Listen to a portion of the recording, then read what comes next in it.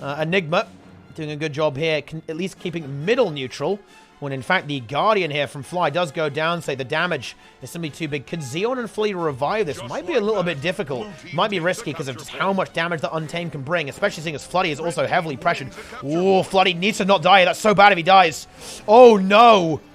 This is very bad. 600 health. Gets the CC. Oh my god, what a turn. Actually goes for it. 700 health. And actually gets the downstay. Inverts it.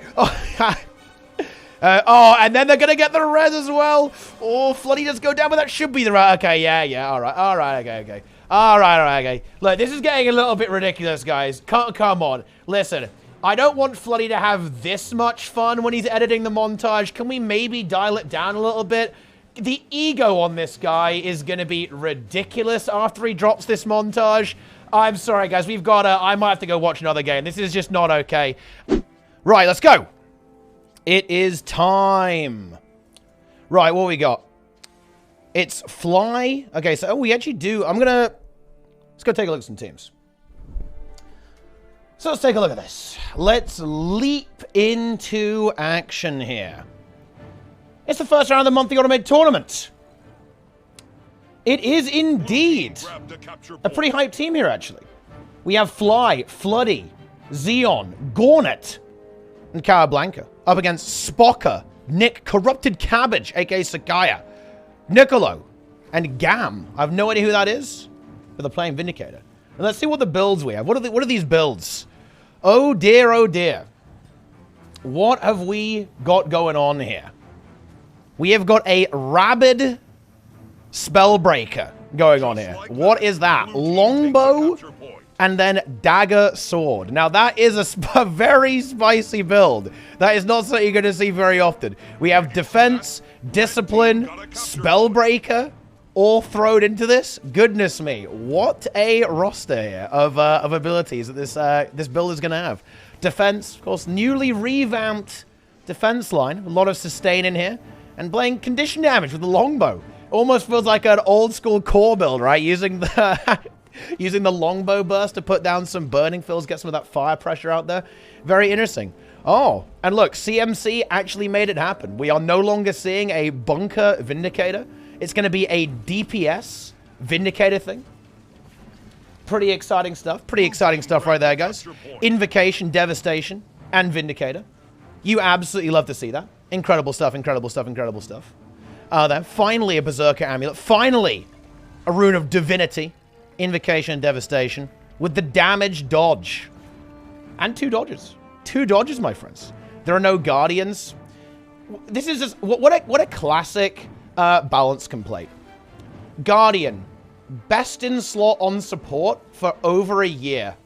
The one time when Guardian doesn't see play... No Guardians, unhappy face, terrible class, right? You know, I've got some bad news for everyone. I got some really bad news. Okay.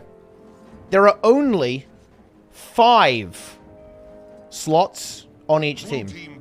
That means that some professions will get left out, right? They are going to get left out. That is how it is. You cannot fit one of each onto your team. If you want to see one of each, you got to play GVG, right? Then you got 15 v 15, okay? Then you can get everyone in. Nice. It's crazy. Let's go ahead and take a look at some of the other teams, though, early on. Kind of see who's who, see who's playing. Have we got some... we actually have some French stuff over here, I think. Ah, yeah, here we go. So we have Zeolith, Esprit, Goku on his alt account, Kill, and Raiken. What is this? Int... Wait, what even is this? Int account...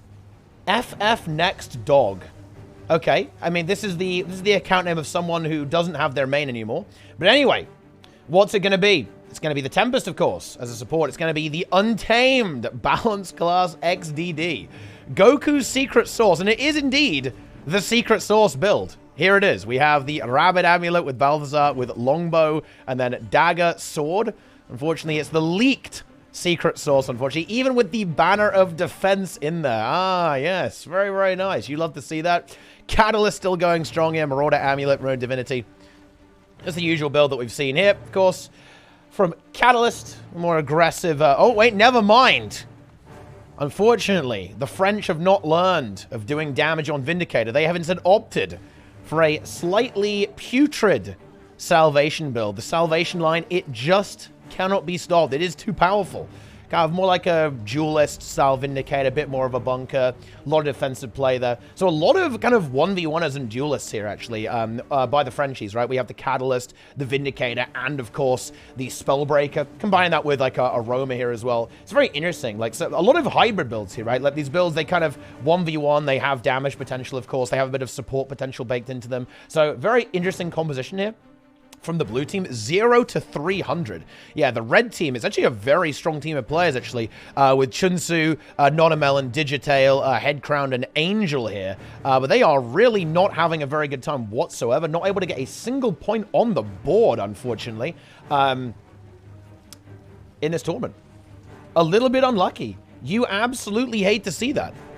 But yeah, I'm sure everyone wants to see the secret source build, and, well, you know, I'd be worried about leaking it, but let's be honest. It's already leaked. Here it is. It's Rabbit Amulet, Rune of Balthazar. Here it is. Mighty Longbow. We have the Dagger and Sword thrown in there too with Defense, Discipline, and Spellbreaker. Exciting. Is it not, my friends? Exciting, exciting, exciting. Okay, Sword Orphan, yes. Did get buffed, actually, of course, very recently, right? Sword got made better. It's a lot of conny damage on that, right? Like, Sword does a lot of condition damage. It has the Torment on that. You know, you've got the block on it, too, which is a pretty neat defensive ability thrown in there. So it definitely has some stuff there. Look at this. You've got the Torment in there. You got Bleeding. 8 stacks of Bleeding, seriously, on riposte. That's a lot. If you actually attack into that, that's going to hurt. It's a lot of condition damage. And, of course, then you pair that with the Rabbit Amulet and Rune of Balthazar. It has a lot of health from the 10% extra health on Rune of Balthazar. And, of course, you have the defense trait line. So you heal a whole bunch, as you can see there. You know, when you get to 4 adrenal healths, that's 5,000 heal over 15 seconds. Combine that with a really nice healing skill from Mending. And, wow. You're kind of in business, you know? This is a beast. Seems like a pretty strong build. Then, of course, the innate defensive powers with Spellbreaker, Revenge Counter. Yeah, this is definitely interesting. I wouldn't be surprised to not see a lot of Thieves in this meta because everything is pretty damn tanky here. Like, the Thief is going to have a really hard time to punch through this, right? If we look at the composition here of the blue team, it's Spellbreaker, and it's Rabbit Amulet, so pretty tanky, pretty durable build. Also good against Condis as well, because of Mending and, well, Defense Trait Line is really a lot of Condi cleanse there.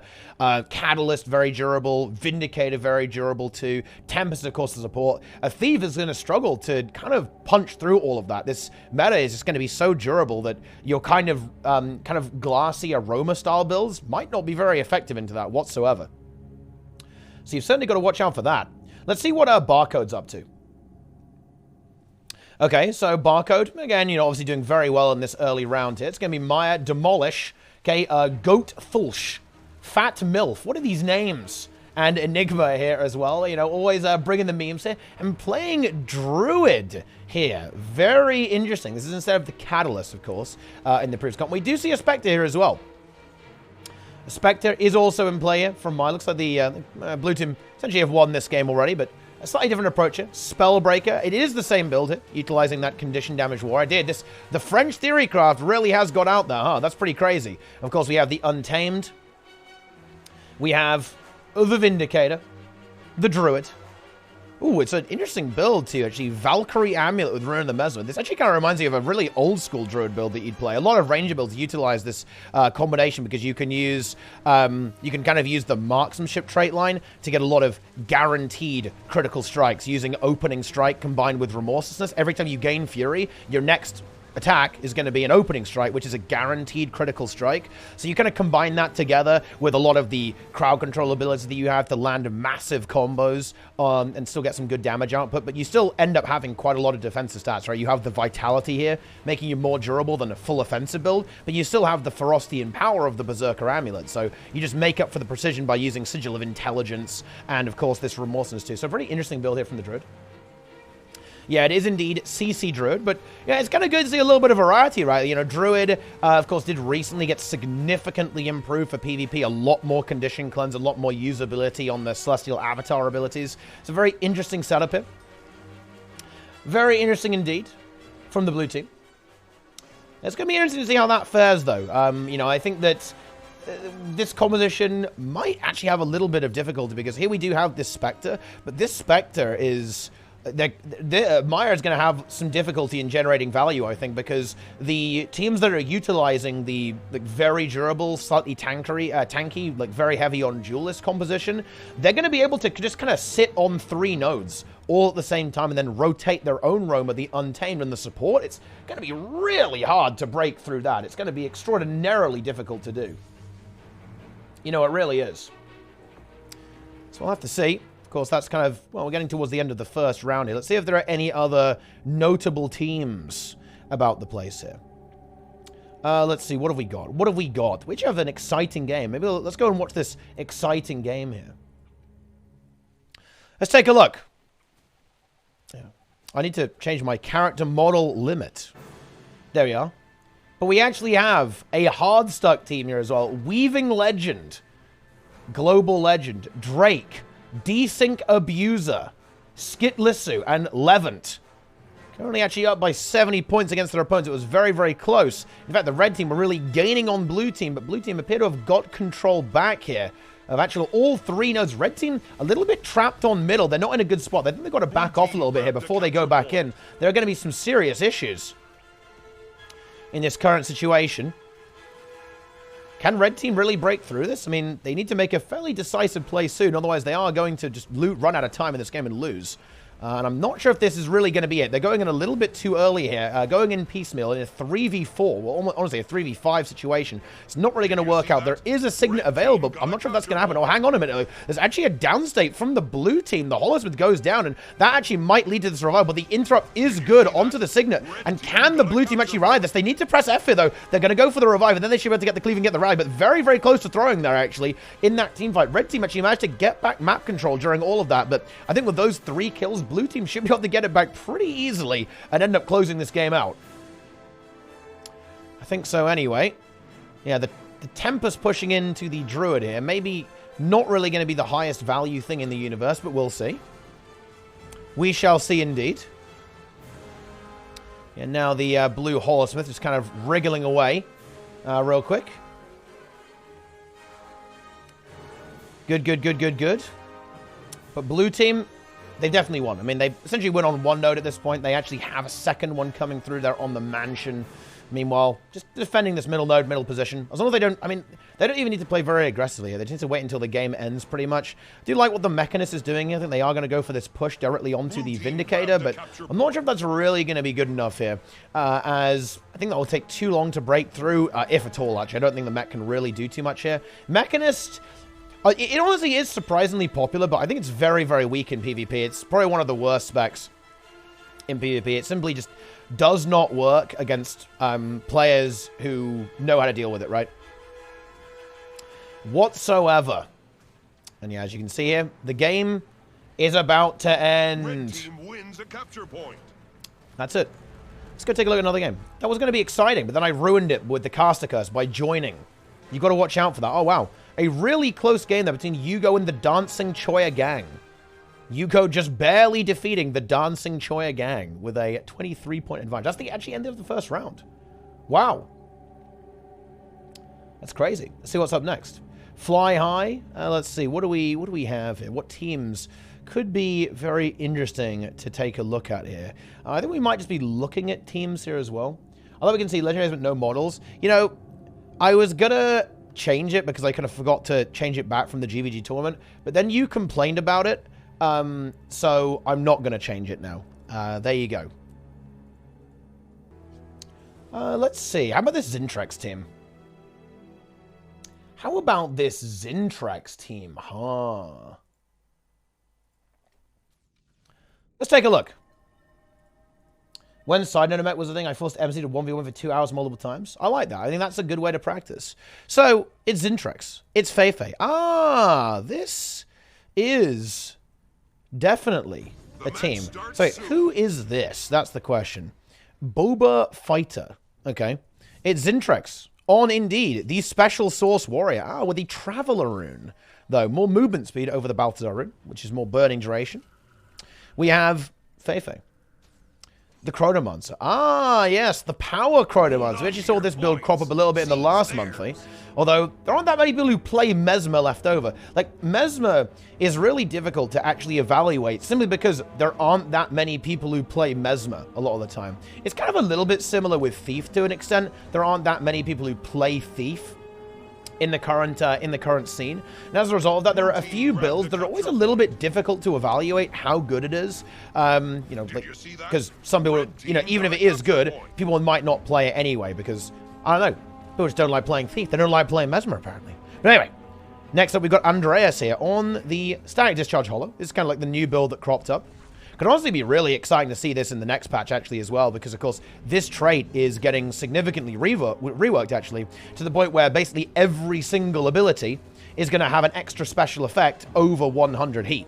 And that's actually very significant in PvP and PvE, of course, because you can see here, right, a lot of the abilities that are being used on this build do actually have a heat threshold. You know, this F2 ability, you know, you get more velocity over a certain threshold. Here, you get more walls get fired out. Here, you get a frost aura, right, when you use your heal skill on Coolant Blast. And now I believe basically all of these skills are getting a cool bonus effect.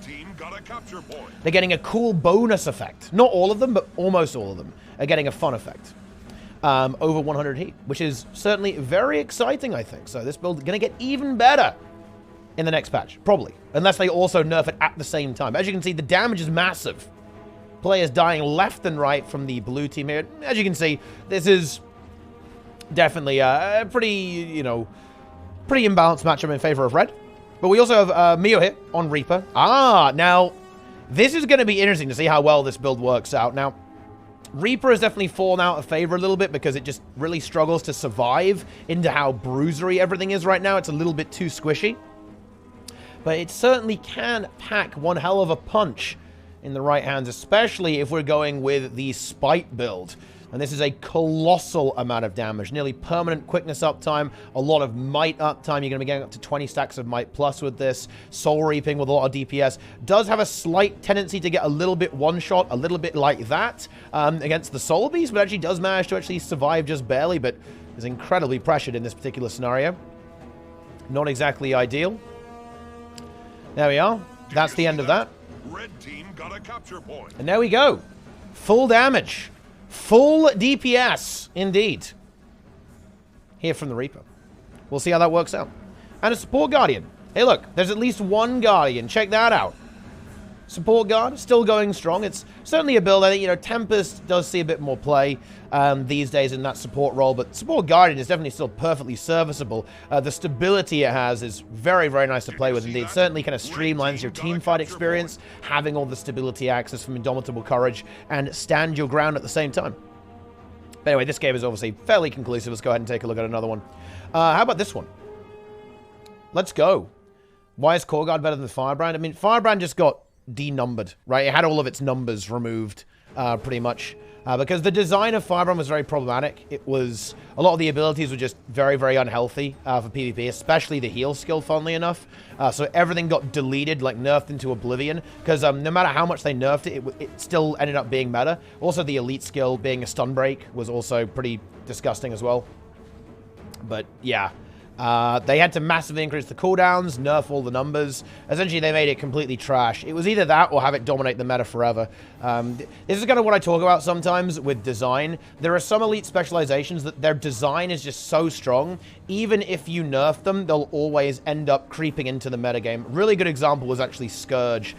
Scourge got, I think all of its damage probably got nerfed by around 75%, but the problem is that its design was simply so powerful. The interaction with transfusion, the barrier application, the corruption, the blinds, the tankiness it has, the area denial that Scourge had. It was simply so powerful that you ended up running 3 of them, right? Like, even though it was super low power and got nerfed into the ground, it didn't matter because the design of Scourge is so problematic to PvP that it was irrelevant. It had to get utterly deleted from the game, essentially. And that's exactly what happened.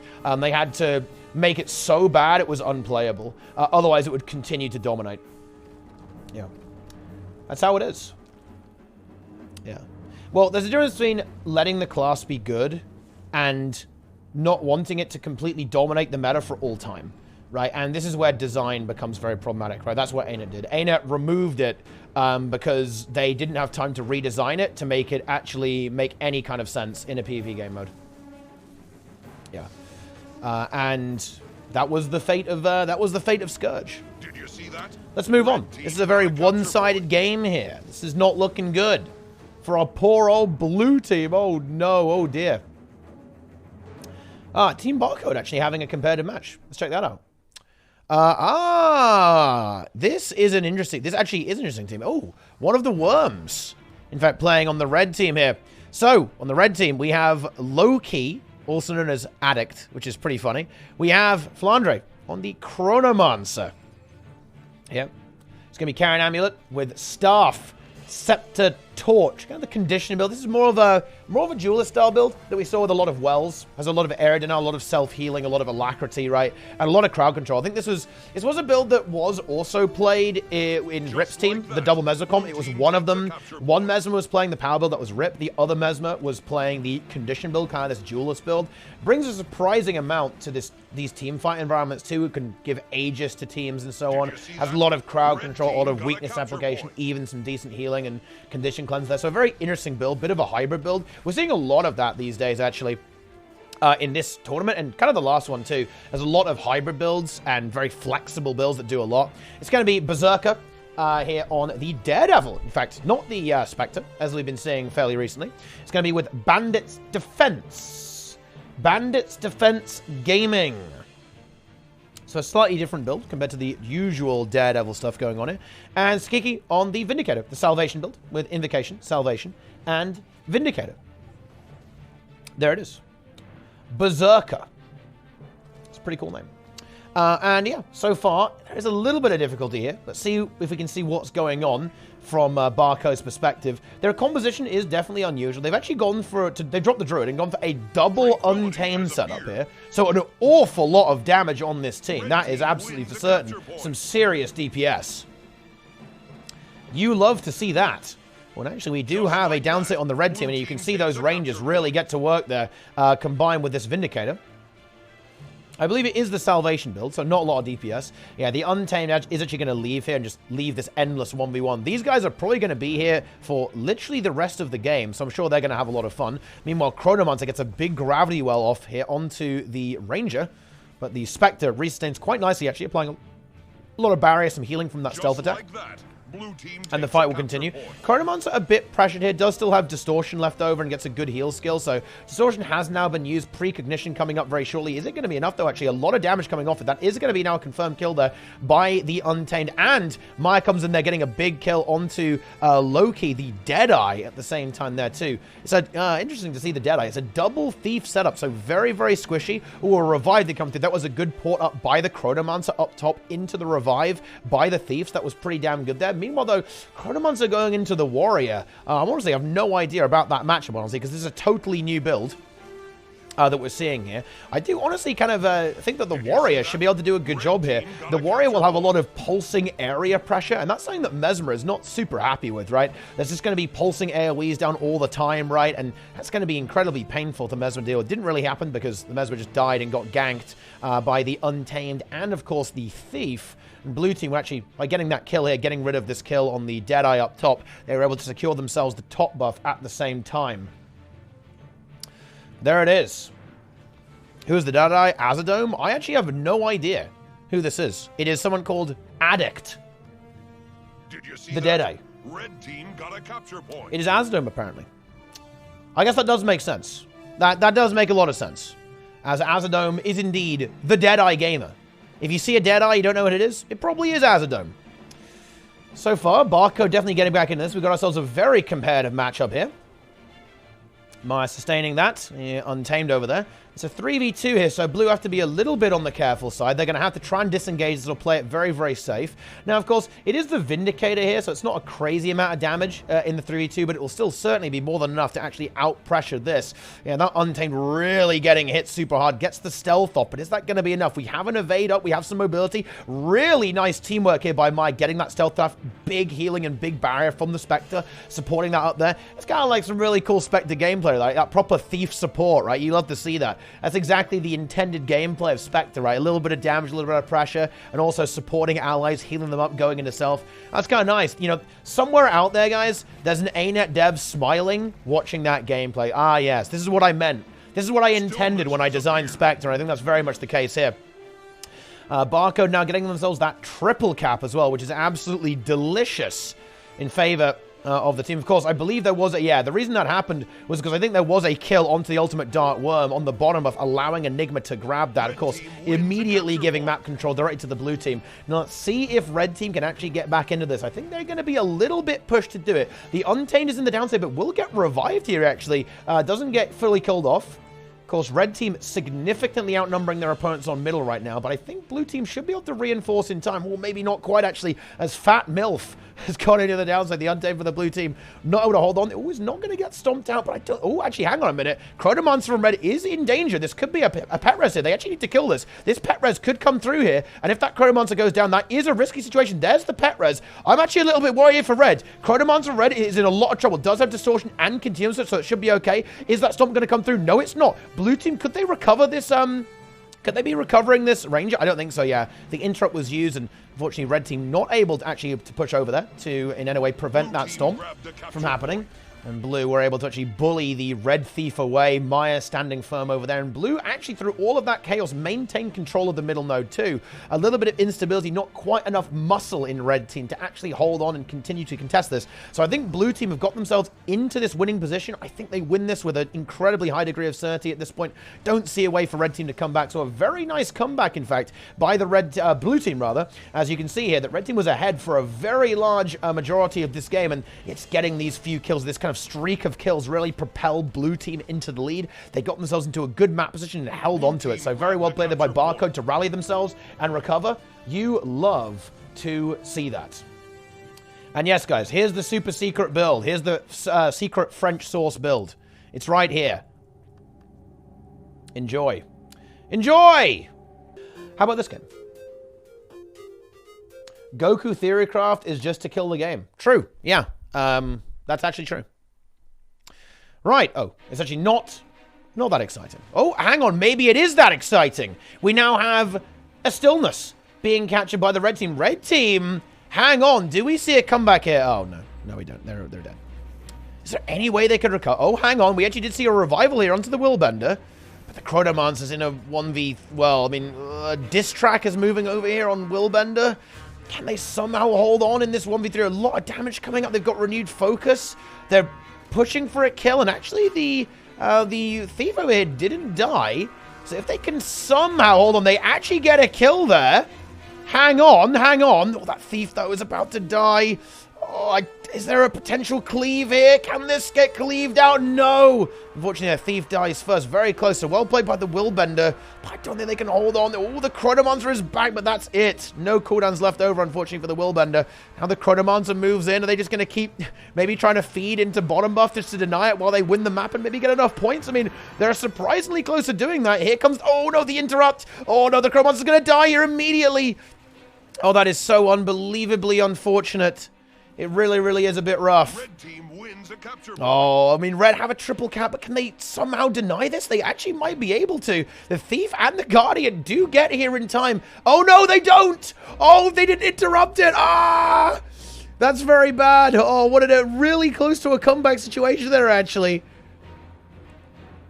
But unfortunately, at the last second, the Tranquility is captured by blue team. Red team simply could not interrupt it, it seems. Not in time. And they got the cap. And after a potential last-minute comeback, look at that line of points. Not quite enough. Blue team have been defeated. Okay. Next round. Let's see what we got. Where are the Frenchies in this round? That's a good question, actually. Are they even in this round? Ah, there they are. Ah! This is going to be a good one, I think. Okay. All right, all right. This could be a spicy one, I think. So we have Zintrex. I think this is Feifei again. And then it's Andreas, Mio, and Botburger Barry. I mean, is that... I mean, I don't know. I don't want to guess, because honestly, who knows? Like, people have insane names. I mean, Barry could be Barristan. I have no idea, though, at this point. And it's going to be the Thief Daredevil, coming out from Fei, I believe. Which is pretty spicy. Exclamation mark worms in the chat. Mio going to be playing the Catalyst. Maybe relogging, though. Let's see what it's going to be. What is it going to be? Here we go.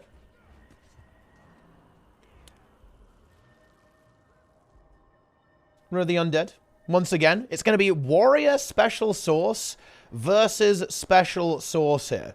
So let's see if we see the 1v1. Who will win? Goku or Zintex? I think there is a slightly different build here. We have Rune of the Undead coming through from Zintex, and more toughness, and of course, condition damage being converted into toughness compared to the burning duration on Rune of the Balthazar. Just raw condition damage stat and 10% extra health for Goku.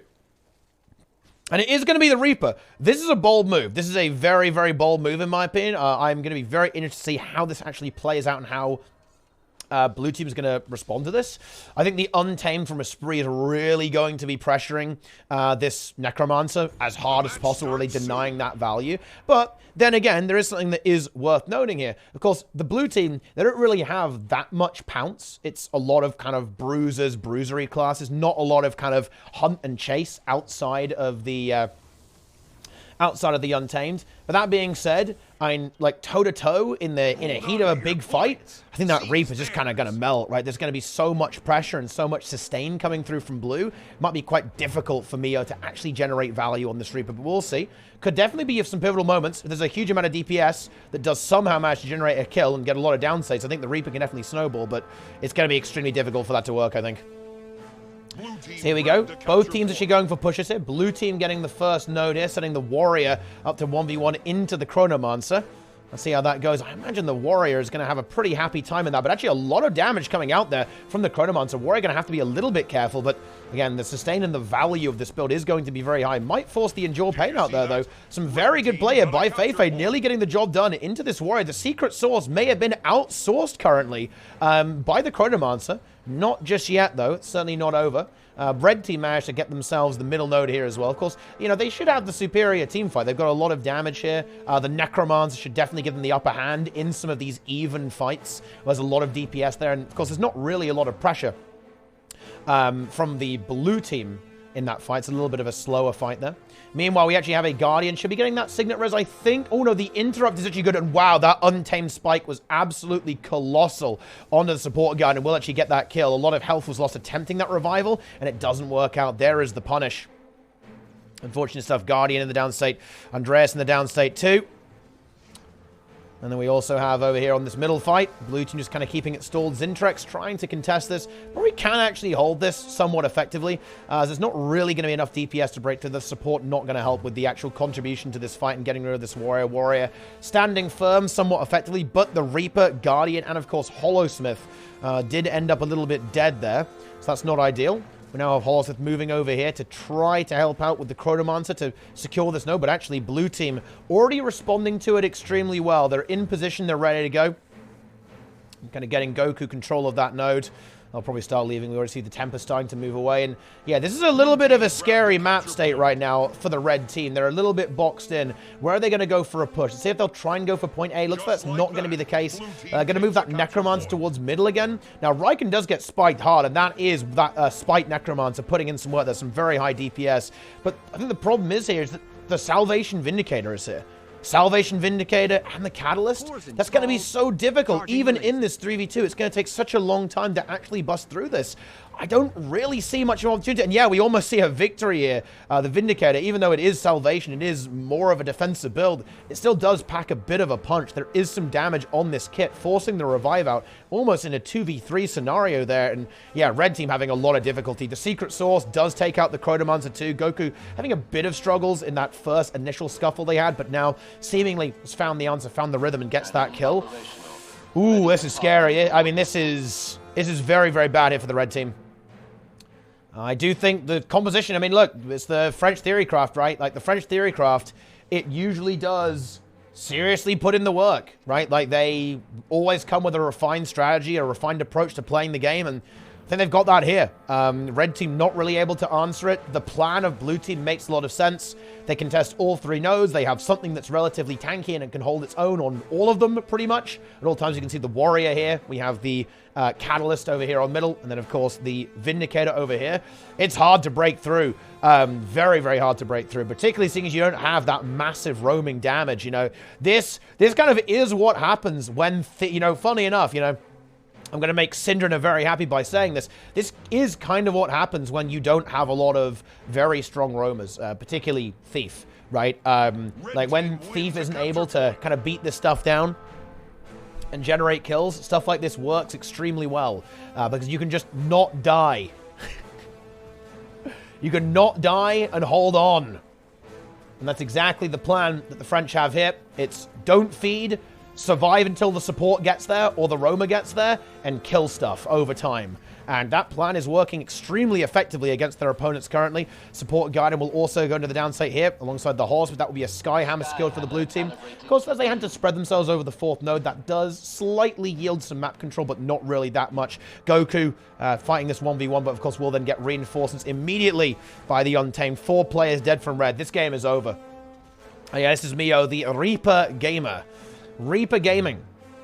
Let's see, do we have any other exciting matches going on right now? Do we have some excitement, some content going on? Honestly, a lot of these games are actually pretty one-sided. I'm not gonna lie; these are pretty brutal. Let's see. Honestly, let's see who's Soul's playing with. Yeah. Here we go.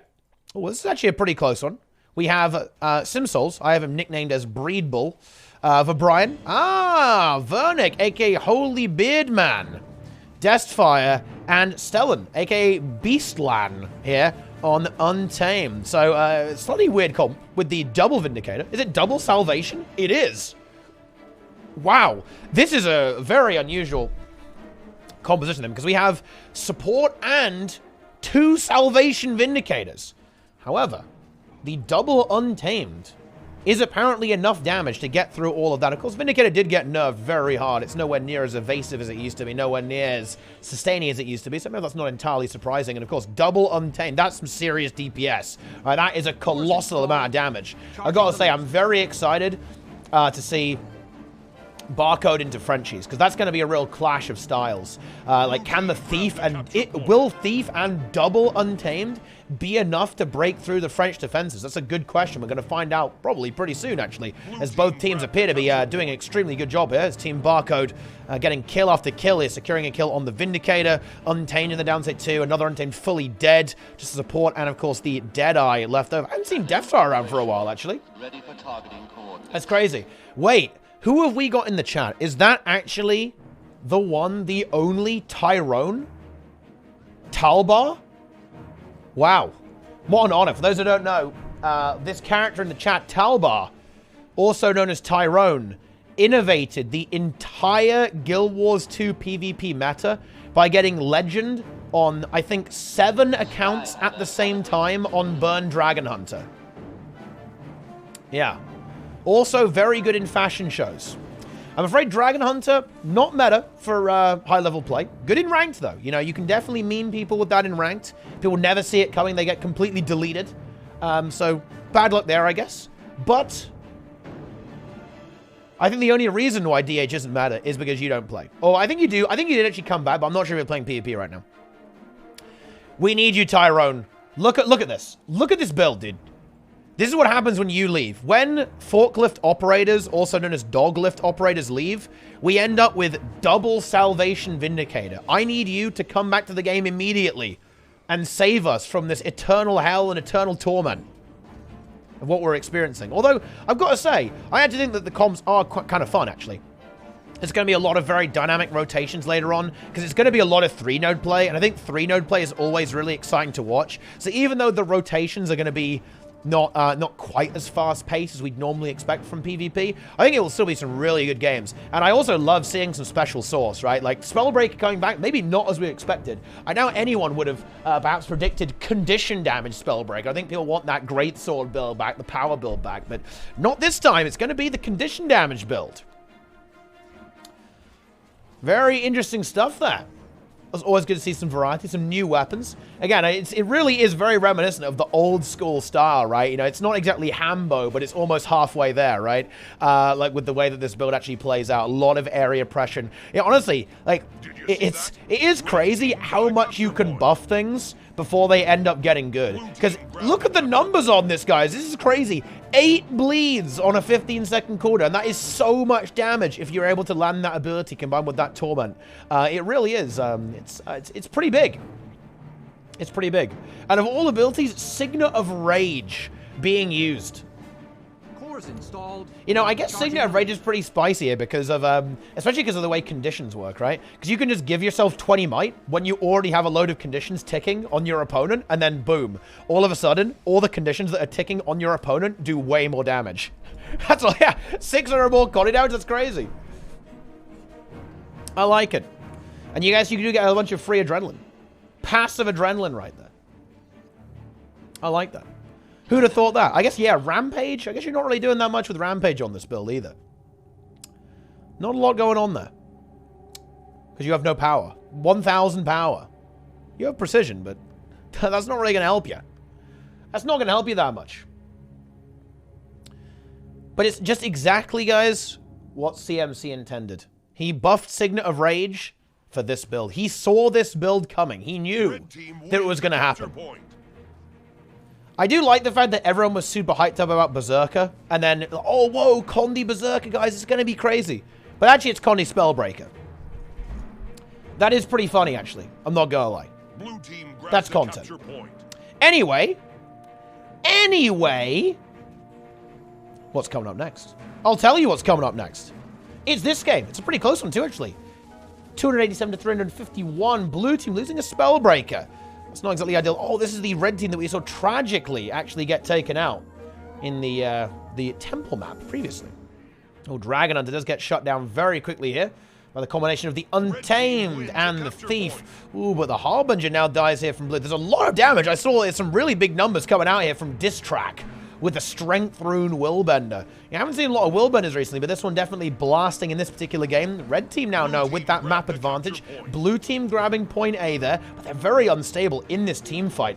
The Elementals, the Tempest, trying to support this player here as much as possible. Will the healing be enough onto the Thief? The Thief looks like they're barely going to survive, I think. Does get the stealth off there. This does leave the Elementals a bit exposed. Tornado now being used. Blue have got to be so careful in this fight. They are not sustained here whatsoever. And the Harbinger does end up going fully into the downstate. Blue team, they've got to disengage here. Looks like that might not be the plan, though. The Thief now moves in again. This is such a risky maneuver here by Blue. I mean, if it pays off, it could be good. They'll be wasting some of Red Team's time here, of course. But I'm not sure if they're going to be able to get away with that. That's going to be very difficult. Also, very unusual build here is support Dragon Hunter. Weirdly enough, we actually did see some experimentation with this build in Masters of the Arena. I believe the original Masters of the Arena. The first one, I believe, in fact. So very interesting to see that actually kind of crop up here. With Signet of Courage, of all things, too. With a Mace Shield. Not sure about that one, but certainly an interesting approach to playing Support Guardian. And yeah, Blue, they do end up getting punished for that. They committed very heavily to that fight instead of disengaging it. There is some potential for some completely unhinged revival, I think. Looks like the Thief is going to go for the decap instead. And will, in fact, get it. Wait, can we see some kind of ridiculous revive? Oh, hang on.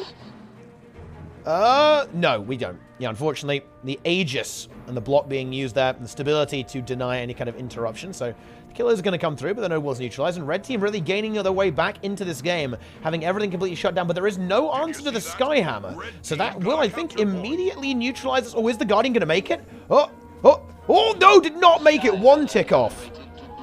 Very unfortunate there for the Red Team. And yeah, now this support gun is very exposed. This Thief is going to be able to basically burn every single cooldown of this support Guardian pretty easily, as we can see. Guardian, of course, not really having any recourse to fight against the Thief in this particular instance. Guardian now is able to run away. Oh, and the Untamed died to the Chronomancer. That is actually a pretty big deal there, as that does completely remove the pressure from point C, and some very vital damage has been removed from the Blue Team, at least for the time being. Thief going some big damage here. Team wins a capture point. And Blue, now they're the ones who've got to make something happen here. Looks like they may be able to eliminate Distract. They did get a kill, of course, onto that support Guardian. So if a red team player does die here, there won't be any support. The Thief from Blue, though, very, very low. Has a few dodges, but the conditions are actually going to be too much there. Alongside some little hits there by the gunner. Oh, but hang on, that port. Is that going to be enough? Do we see a revival in? No, we do not. The damage from the Chronomancer, the Willbender, and the Thief is just a little bit too much, I'm afraid. Condi Thief as well. It's one node apiece, and the support gun does die again here on middle. And Red, they're kind of surging towards point C here. The Warrior doing a good job of actually just trolling that 1v2. However, Red team are creeping back into this. This Chronomancer is valiantly attempting to hold a 1v3. It's not going to happen. I mean, that's no surprises there. I don't like this here by the Chronomancer. Staying here was probably not the best play in the universe. Needed to pressure those side nodes. Almost the inverse of what we saw happen previously, right? With Blue team overcoming to middle, kind of dying and losing map control. Red, though, do have that double cap. And they have players contesting, but this Willbender will not be able to hold on for very long. Red team Thief arrives, and that might be enough to hold on, but no one's contesting. So, once again, Blue team in the driving seat. Both teams not really having anything that can stand on node, to be honest. I guess the Spellbreaker here from Blue. And I guess maybe the Tempest can help the Harbinger stand on node. But they're not a lot of standing on node here from Red, right? They're very, very, very high damage. They're basically all full DPS, more or less. Double Willbender, Chronomancer, Condi Thief, and the support Dragon Hunter. It's, you know, there's a... Well, I guess that's not full damage, but not a lot of things that can very effectively stand on things. But anyway... I think Blue team have got this. In fact, they definitely... Look at the time. 20 seconds. What an absolutely grueling matchup. And that's what happens when you have a lot of damage, right? A lot of decaps, a lot of movement around the map, a lot of deaths. And it's 3 there to finish the job here. And Blue team are going to keep their dreams alive of not losing in the tournament by picking themselves up a victory. There's not enough time anymore for the red team to win. That is going to be the end of that. GG. Wow. What a game. I wonder how Fly High... went there. I think it was probably pretty in their favor. Fairly strongly in their favor, I'd say. What do we got next? Well, I'll tell you. We actually have 2 Hardstuck teams. That's exciting. Team Copium versus Finnish Mafia. Participation Esports. Pretty funny. Ah, here we go. Here we go. This is where things are going to get spicy. This is where content's going to happen. French versus Ultranum. Ooh. Hey, purposes. That's the tier 3 sub, by the way. It's a big sub. A big sub. A long sub. A vast sub. And Jibola's there with the prime. I appreciate it. This is going to be a fire game. Oh, I was hoping I was going to go this, and then we'd enter the game, but that didn't work out, unfortunately. That's a little rough. Can anyone stop the Frenchies, though? That's going to be a good question. That's going to be a very good question. If anyone can do it, though, it might be Ultranum. Ultranum did really well in the last monthly. They, again, like, a lot of teams kind of have a hiatus, right? They'll be in, they'll be out, right? And I think that, you know, Ultram, they haven't been playing as a team, as a full roster for a while. I think Hollowsmith coming back into the meta, I think that has, you know, it's inspired Floody. He feels inspired to to start blasting again. We love to see that, we really do. And here we go. It's going to be on Eternal Colosseum is where it's going to be. And here it is. Fly on support Guardian is going to be the support of choice. So, look, there it is. Tempest, even though Tempest is considered, I think, to be the superior support right now. Guardian now being used here. Floody on Hollowsmith. It is the big damage build. Explosives, tools, and Hollow. Of course, a lot of times on Hollowsmith, you're almost kind of forced into playing Alchemy for condition cleanse and some sustain on yourself. But these days, with the recent changes to tools, with a lot of condition cleanse coming through here, every time you use an F1, one Condi gone, you can go for a more DPS here, right? You have kinetic battery, you have static discharge, all that kind of good stuff. You're starting to pump, you're starting to blast on this setup. And we're going to see some big toolkit yoinks, okay? The magnet will be activated, soon to be buffed with Box of Nails, activating next patch. Is that not exciting? Chronomancer, the 1v1 build here from Xeon. with Chaos, Illusions, and Chronomancer. Breaking out there, Gauntlet playing the Special Source Warrior build.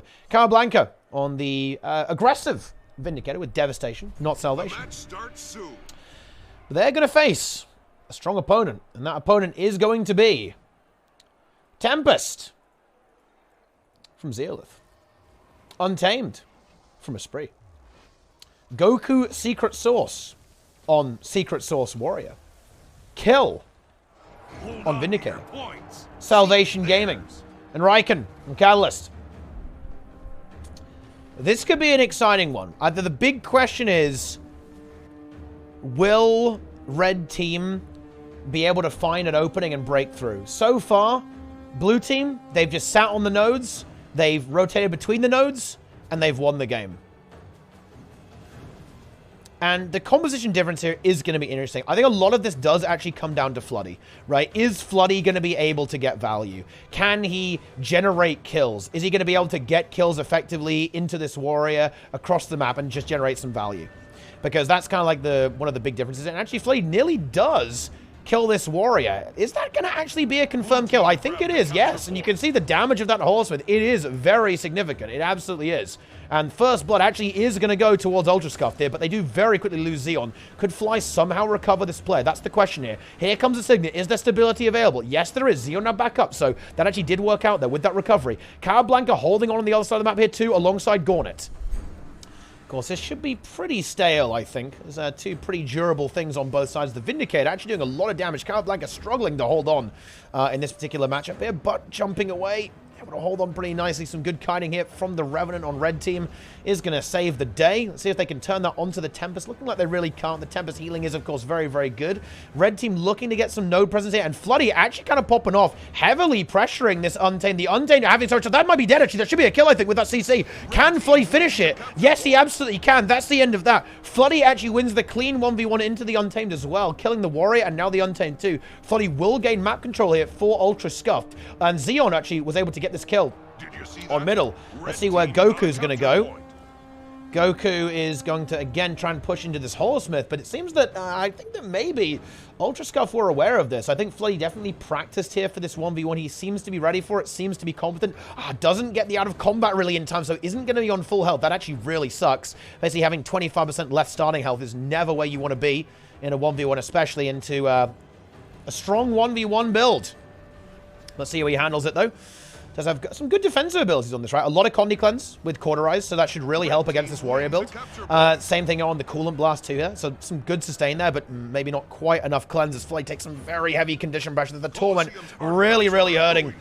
Can they maybe get a CC combo though? Ultrascuffed, I really like what they're doing here. They're knowing that this Warrior is a threat. They know that Floody will have difficulties here, so they immediately rotate into it. They want to find this kill. They want to eliminate the Secrets, and there's the Jade Wins. That should be a kill. It is, and Floody finds another kill. Ooh, can they somehow maybe CC that to deny the revival? Oh, looks like they actually did. Zeolith not able to get the glyph off. Wait, what happened? Wait, what? What even happened there? He missed somehow. I'm not exactly sure what that was, but he did actually use it. As you can see here, it did go off. Although maybe there was an interrupt, but there wasn't.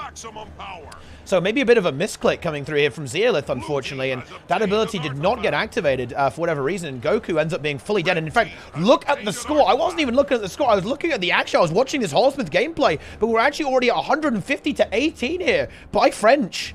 French are in so much trouble, and yeah, I've got to say, the damage output here, this Holosmith in particular has been doing so much work. Again, harassing the crosshair from Goku in the open space. Definitely where you want to fight this, right? Because the Warrior's got loads of ground pressure with Longbow, right? It's going to keep spamming onto the node, keeping that pressure up. But here, Floody intercepting it, denying some value here, slowing that rotation down, maintaining map control, and of course the open space where the Holosmith can kind of kite around and be annoying.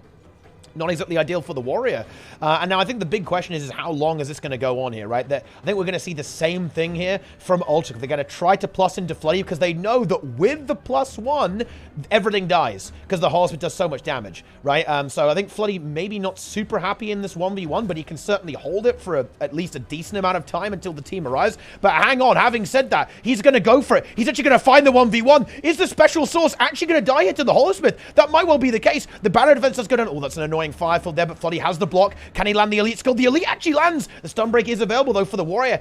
We have Vindicator dead on the other side of the map here. Floody really pushing for this 1v1. Still has his Cauterize there for a lot of condition cleanse. Is it going to be up? And actually, it's going to be the other way around. The Untamed has to plus into Floody to try and get rid of him. However, the double block here, by the way, bear in mind, guys, Toolkit has the Gear Shield, and he's got Shield 5 too. Oh, I think this might be the end for Floody, but no, it isn't. Fly arrives at the perfect moment. It's not quite enough that, well, there's no stability here. This could be a little bit scary. He's going to try and go for the revival. Is he going to get it? Oh, he actually does. There was no CC left over for the Guardian. So despite the lack of stability, the revive does come through, and all of a sudden, this looks like a pretty decent spot for Red Team to be in. There's a lot of damage coming out here from the Red Team. But I think maybe Ultrascuffed will be able to hold on here. Guardian cooldowns are being renewed. I think they do need to try and do something about this matchup, as this is going to be a bit problematic for them, as there's just too much damage going through from their opponents. Maybe the healing us. Can they barely hold on? Can they barely find a kill? But again, double damage dealer into one damage dealer and support is a little bit tricky. But hang on, having said that, they actually get that kill anyway. A spree goes down, say, Floody with the cleave. That should be enough cleave. There's no way they can get the survival.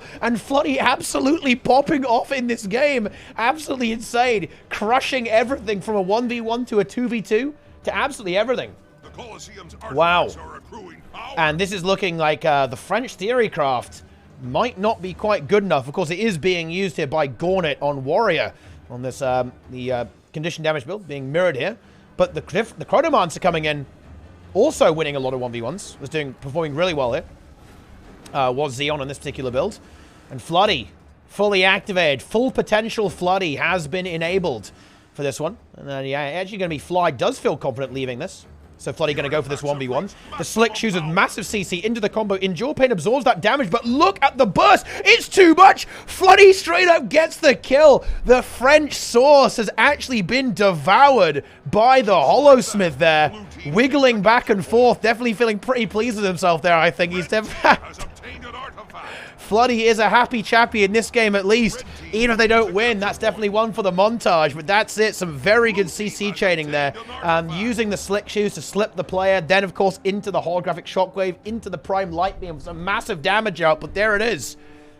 And this game is all but over at this stage. I mean, we did see a kill get secured by blue team, I think. There was at least something, but it's not going to be good enough as they now lose their Vindicator here on middle, and this team fight is already going against the blue team here, as of course they are outnumbered in a 5-4 scenario. There's not really that much that can be done here. Zealith going to fall here as well. This is going to be GG. The French are going to have to figure something out. They have to figure something out very, very soon, actually. Otherwise they're in some serious trouble, because this is not just a one-sided game. This is kind of domination by Ultrascuffed. Ultrascuffed are back. This is what happens when Holosmith is meta, apparently. And oh wow, bear in mind, guys, this build almost certainly gets stronger in the next patch too, as of course there'll be some additional enhancements. So this team looking monstrous. Also using the new Chronomancer technology. Some really fun synergy here with Runa, the Aristocracy. Really fun rune, actually, in general, for any condition build, especially in PvE too, actually, because you can stack a lot of might on yourself by applying weakness. And, of course, this well here, Well of Calamity, is also going to be throwing down a lot of weakness here, stacking up 25 might pretty effectively here on the Chronomancer, alongside the Chaos Armor doing the same, and of course the Chaos Storm. Lots of weakness application, lots of might, and as a result of this Chronomancer build, despite being somewhat defensive with the Chaos trait line, and of course the Chronomancer trait line, with a lot of healing here, self-alacrity and so on, cooldown management, it ends up being pretty damn powerful. There's a lot of DPS, and can actually really deliver some value, not only in these 1v1s, but also in some of the skirmishes too. And yeah, some really cool Theorycraft here, actually, from Red Team. You know, I was a little bit worried that the French were just going to be the wall, the bulwark, right? That would just hold back the tide, but they were not ready for the Holo. They were not ready for this. They clearly weren't. They clearly did not expect this Horseman to be a problem. And this Horseman honestly kind of carried the game. I mean, that's not to disrespect the rest of the team. I think they all played really well. I think some very clutch rotations going through from Kawablanca and Fly, especially Fly kind of arriving there at the last second to save Floody and get him back on his feet and deny that kill from Goku. But yeah, I mean, honestly, Floody kind of dominating here. Absolutely crushing that game. Big MVP there, I think, from Floody. The Holosmith just putting in so much. There was no answer to it. There was no answer to the Holosmith from the French. And they've got a few rounds. Of course, this is Swiss, right? So they're not out. They've got a few rounds to figure out how they're going to deal with that. How they're going to figure out how they're going to beat that. Spicy. Okay. Let's see. Is there anything else that's interesting going on? Not really. How about this one? Yes.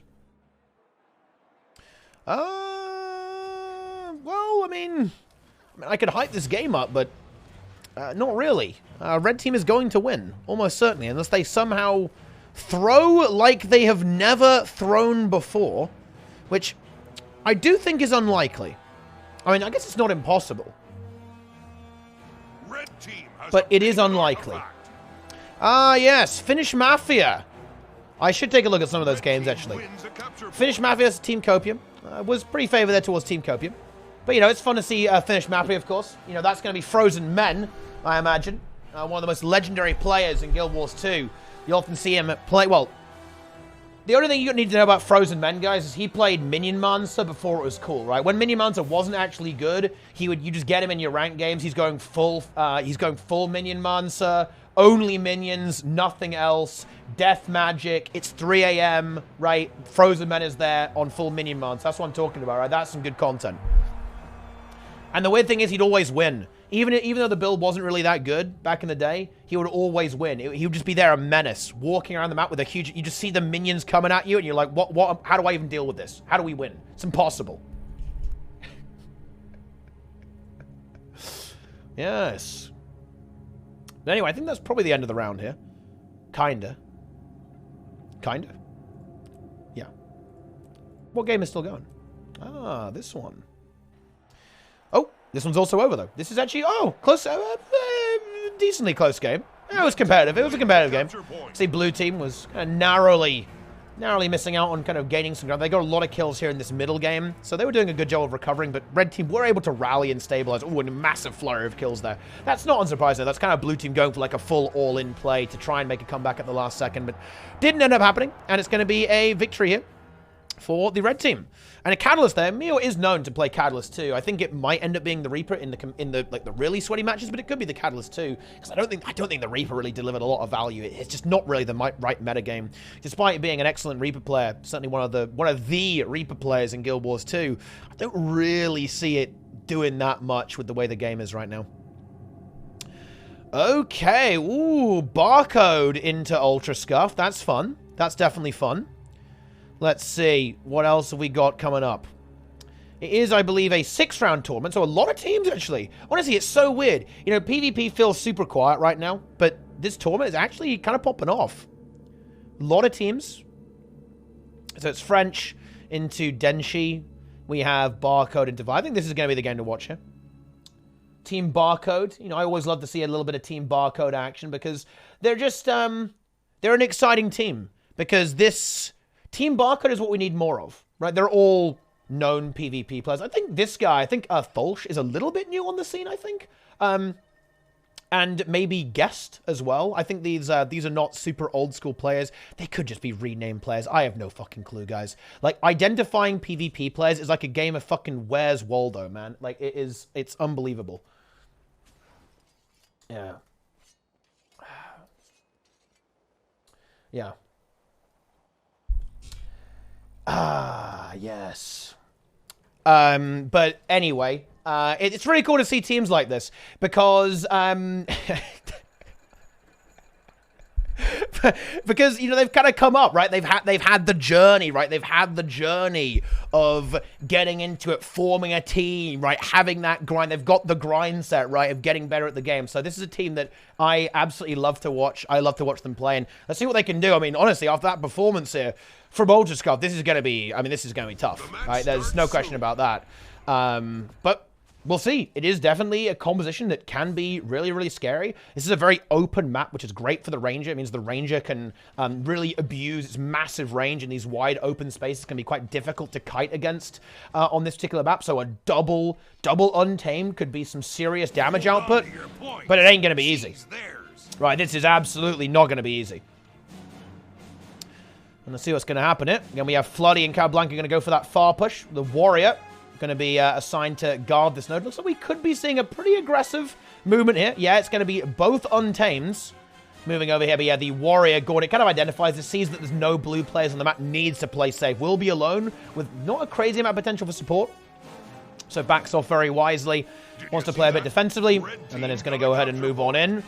Is still going to get attacked there in a 1v3, so needs to be very careful. Shouldn't die here, though, I think. Still has Condition Cleanse, has some healing. Defensive abilities are available, so blue team will get this node here, but the Warrior ends up not dying. The Guardian did try to rotate over, and ooh, that's going to get a little bit punished here.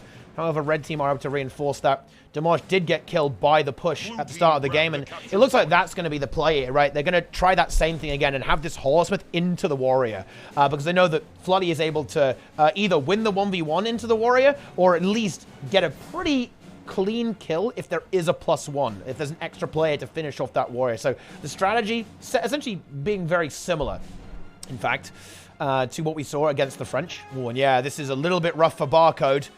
Not the best start. They didn't really get any value off their push. You know, the Thief was capping it, but of course the Warrior is going to shove that Thief away almost immediately. Floody is going to open the Lord, you know, just in case, and also to prevent any kind of escapes, right? Like, you don't just open the Lord just to go get the Lord, right? There's a portal here that players can actually kite through. Removing the gate removes the portal, and of course removes the obstruction, so you can just walk through and chase people down and kill them a little bit more easily. But triple cap already now for Ultrascuffed. I don't know where this has come from.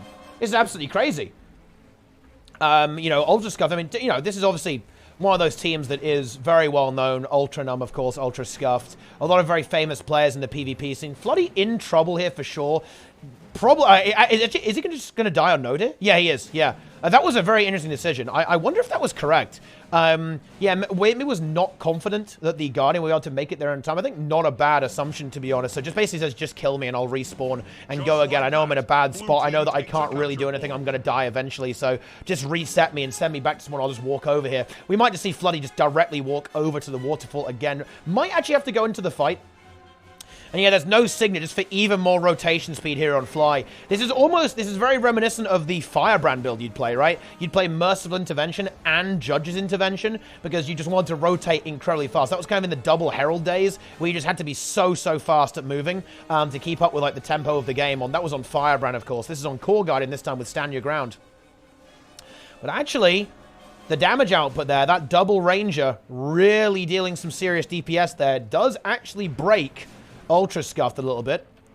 Now, Xeon is going to be left holding on. Does get the gravity. Well, there's no distortion to go for some kind of really cheeky stomp. Oh, stability. Oh, that would have been the most unhinged, disgusting stomp in history. So that was, of course, made possible by the Chaos trait line, the stability here on Boundal Disillusionment. But the cleave was just a little bit too good. That would have been so repulsive if that was going to happen, but it ended up not working out.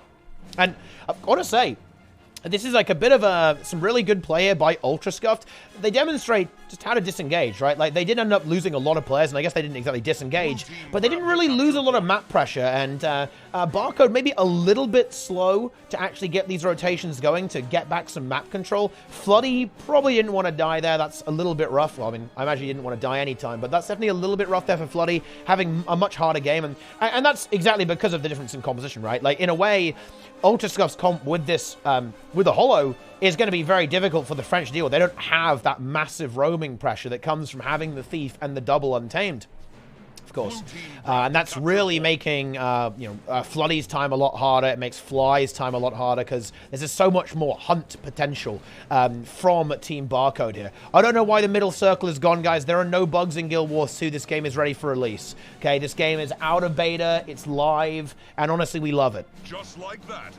But Barcode actually gets some stuff on the board here, and they have themselves a triple cap. And this is, of course, very common on this map. To see the map flip like this, you get a big snowball. And even though it did take a little while, we now have some very significant point gain coming through. Or Enigma getting bashed a little bit here.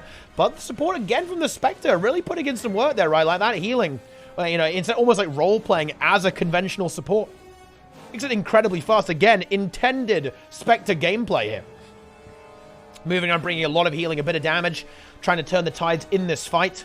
Capablanca getting heavily pressured. Those 11 Torment Sacks ticking away, doing some big damage. However, Capablanca able to disengage and not able to finish the job here. Maya really wants to go for it, but it might be difficult. The sustain is going to be good here on Capablanca. Yeah, some big healing comes through. Of course, the Wells and the Chronomonts are really helping out with that too.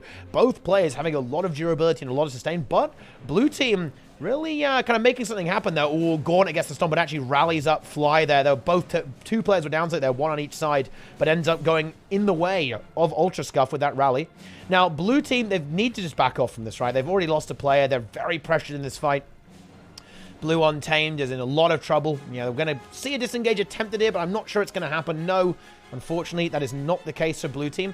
But they do actually have a respawn already back on the board. That does get stomped out. It's a Ranger, so you can't really bleed them. Otherwise, the pet res is just going to activate instantaneously, which is not exactly what you want to see. But Blue, they're getting into this here a little bit. Red team wins a capture point. It's 2-1 now, as Red Team do get themselves a node back on the board, but Demolish actually handles Floody relatively well, especially with a little bit of help there from the Ranger. Neutralization has not come through yet on middle. Gornet trying to bully away this Thief. Does succeed in doing so. Oh, does Thief end up going down? So here, bear in mind, there's no actual support for Blue. So they don't have a revival. I guess, though, neither does Red, actually, funny enough, as they only have mobility. But they don't have a dedicated support that can really stabilize these encounters. It is all going to come down to getting these kills and then playing around this, as it's getting rallies, getting stomps, all that kind of good stuff there. Ooh, and Cowablanca just gets blown up. There will be a revival trait with stability. Is that revival? Yeah, you can look at those ranges. Seriously, look at that damage. Look at the damage from those two ranges. That's what I'm talking about. What a dynamic style here from Barcode. And that should actually put them in the lead. Getting 2 kills, that does put them into a leading position here.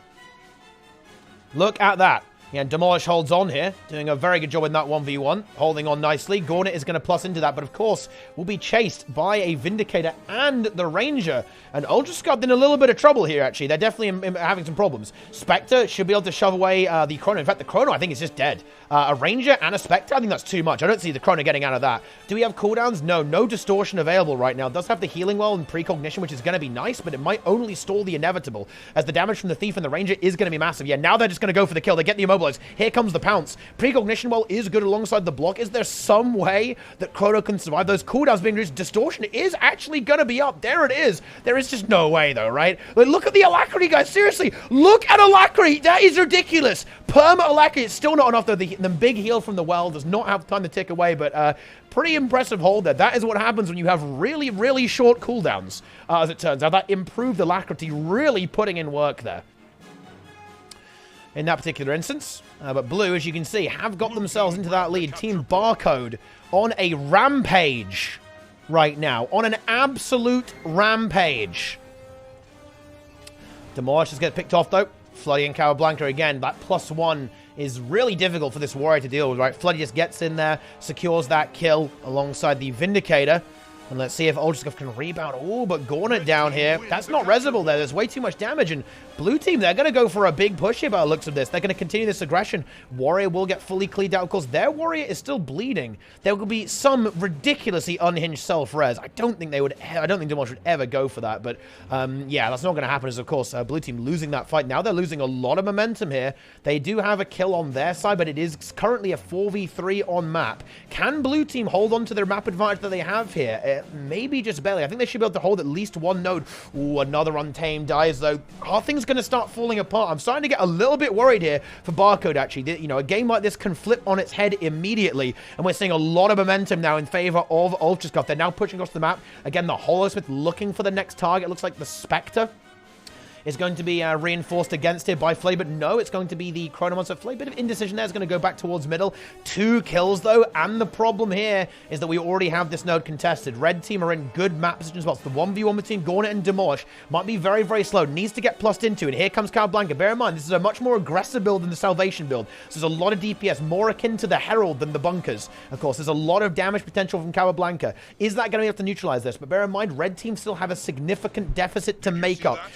100 points. They really want to, essentially, they don't want to have their opponents gaining any nodes, right? They can essentially win on kind of a 2 cap. It needs to be like a 2.5 cap, right, if they want to win this game. So they really need to get rid of this Warrior. They do succeed in doing so. Fat MILF, probably not really going to push on this. Maybe going to try and, oh no, that would be completely insane. Yep, not going to happen. Enigma doing a good job here, at least keeping middle neutral. When in fact the Guardian here from Fly does go down, say the damage is simply too big. Could Xeon and Flea revive this? Might be a little bit difficult. Might be risky because of just how much damage the Untamed can bring, especially seeing as Floody is also heavily pressured. Ooh, Floody needs to not die. That's so bad if he dies. Oh no! This is very bad. 600 health. Gets the CC. Oh my god, what a turn. Actually goes for it. 700 health. And actually gets the downstay. Inverts it. Oh, and then they're going to get the res as well.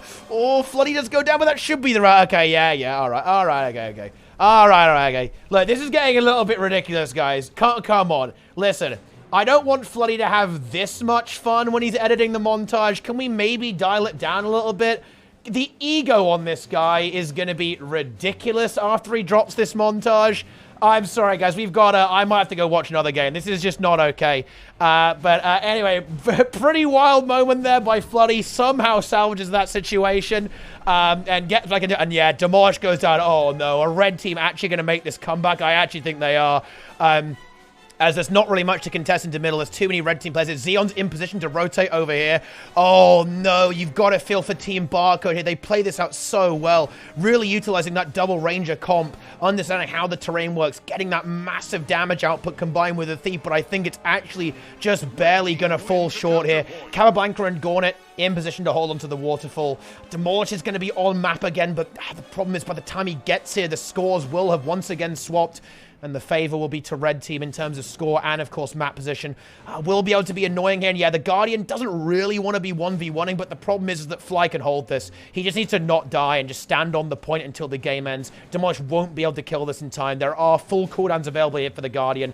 And that does mean that, yeah, it's going to happen. Even though we do see Cabablanca die. Good 2v2 by Enigma. And the Untamed from the blue team. Gauntlet just has to die on point here. He knows it as well. There's not really... I don't think there's a knockback either. They can't remove the downset. They've got to try and get the stomp as quickly as possible, but it's not going to matter as the game is completely over. What a matchup, though. What a matchup from Ultrascuffed. And they actually make it happen. 502 to 469. Oof.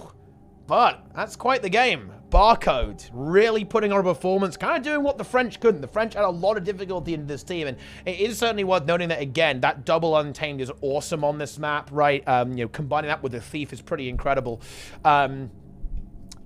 But, yeah, very well played there by Barcode. And, well, they're not done yet. Of course, it is Swiss. There's one more round of Swiss before we kind of move on to elimination. So we may see these teams clash again. But Barcode looking very, very strong. And I think, you know, we're going to have a very exciting top 8, top 4, and eventually, of course, finals in this tournament. This is going to be a big one. The rise of Holosmith.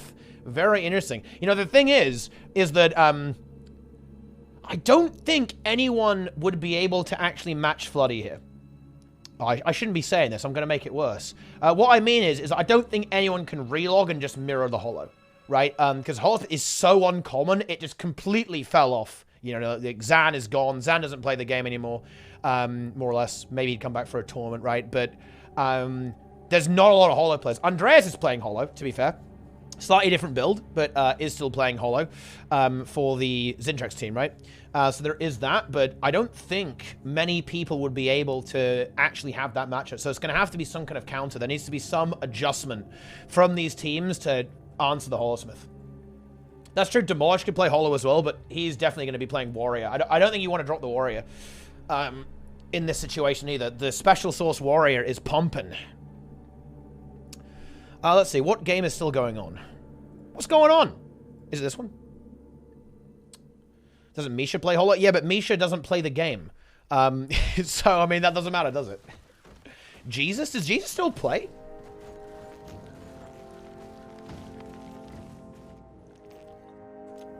I mean, Benzo plays, but Benzo's not in Monthly IT, guys. Neither is Jesus. Blue team grabbed a capture point. Check rank 8 with nearly 400 games. Yeah, but guys, they're not in the AT. They're not competing. I should have been more... I agree I should have been more precise in my language. Okay? They're not competing. They're not playing competitively. Like, they're fucking memeing in ranked. There's a big difference between, like, competing and memeing in ranked. You know what I'm saying, guys? But we'll see. Cardboard League. This is, this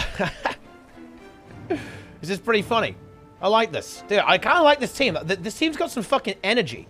You know, they just like running full YOLO builds. Look at these crits. It's crazy. Is there any way they win? I mean, the mech is low. If the Thief could get here before the mech gets out of combat, or maybe somehow... Oh, we'll be able to neutralize. But the problem is there's no players from blue here. The Thief almost has to, like, run over here. Oh, the mech actually gets back in time to contest as well. Yeah, I mean... Yeah, they can't win. They're dead! Did you see that? They are dead. Got a capture point. Unfortunate. Just like that, blue team takes a capture point. Blah! The mech does die, but Game is over. Yeah. There you have it. We're going to have to get some predictions going, guys. I think for the finals. What have we got here? Ah, French versus Barcode. That could be fun. Okay. Some interesting matches here. We have French versus Barcode. Ultrascuffed versus... that's the Azadome team, right? And we have Team Copium versus Zintrex. I honestly feel that maybe Team Copium versus Zintrex is actually a super interesting game. I do kind of want to see French versus Barcode, though. That could be really fun, I think. That could be spicy. It could be a spicy matchup. Some spicy beans, guys.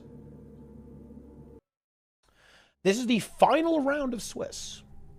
This is it. This is the end. Capricorn.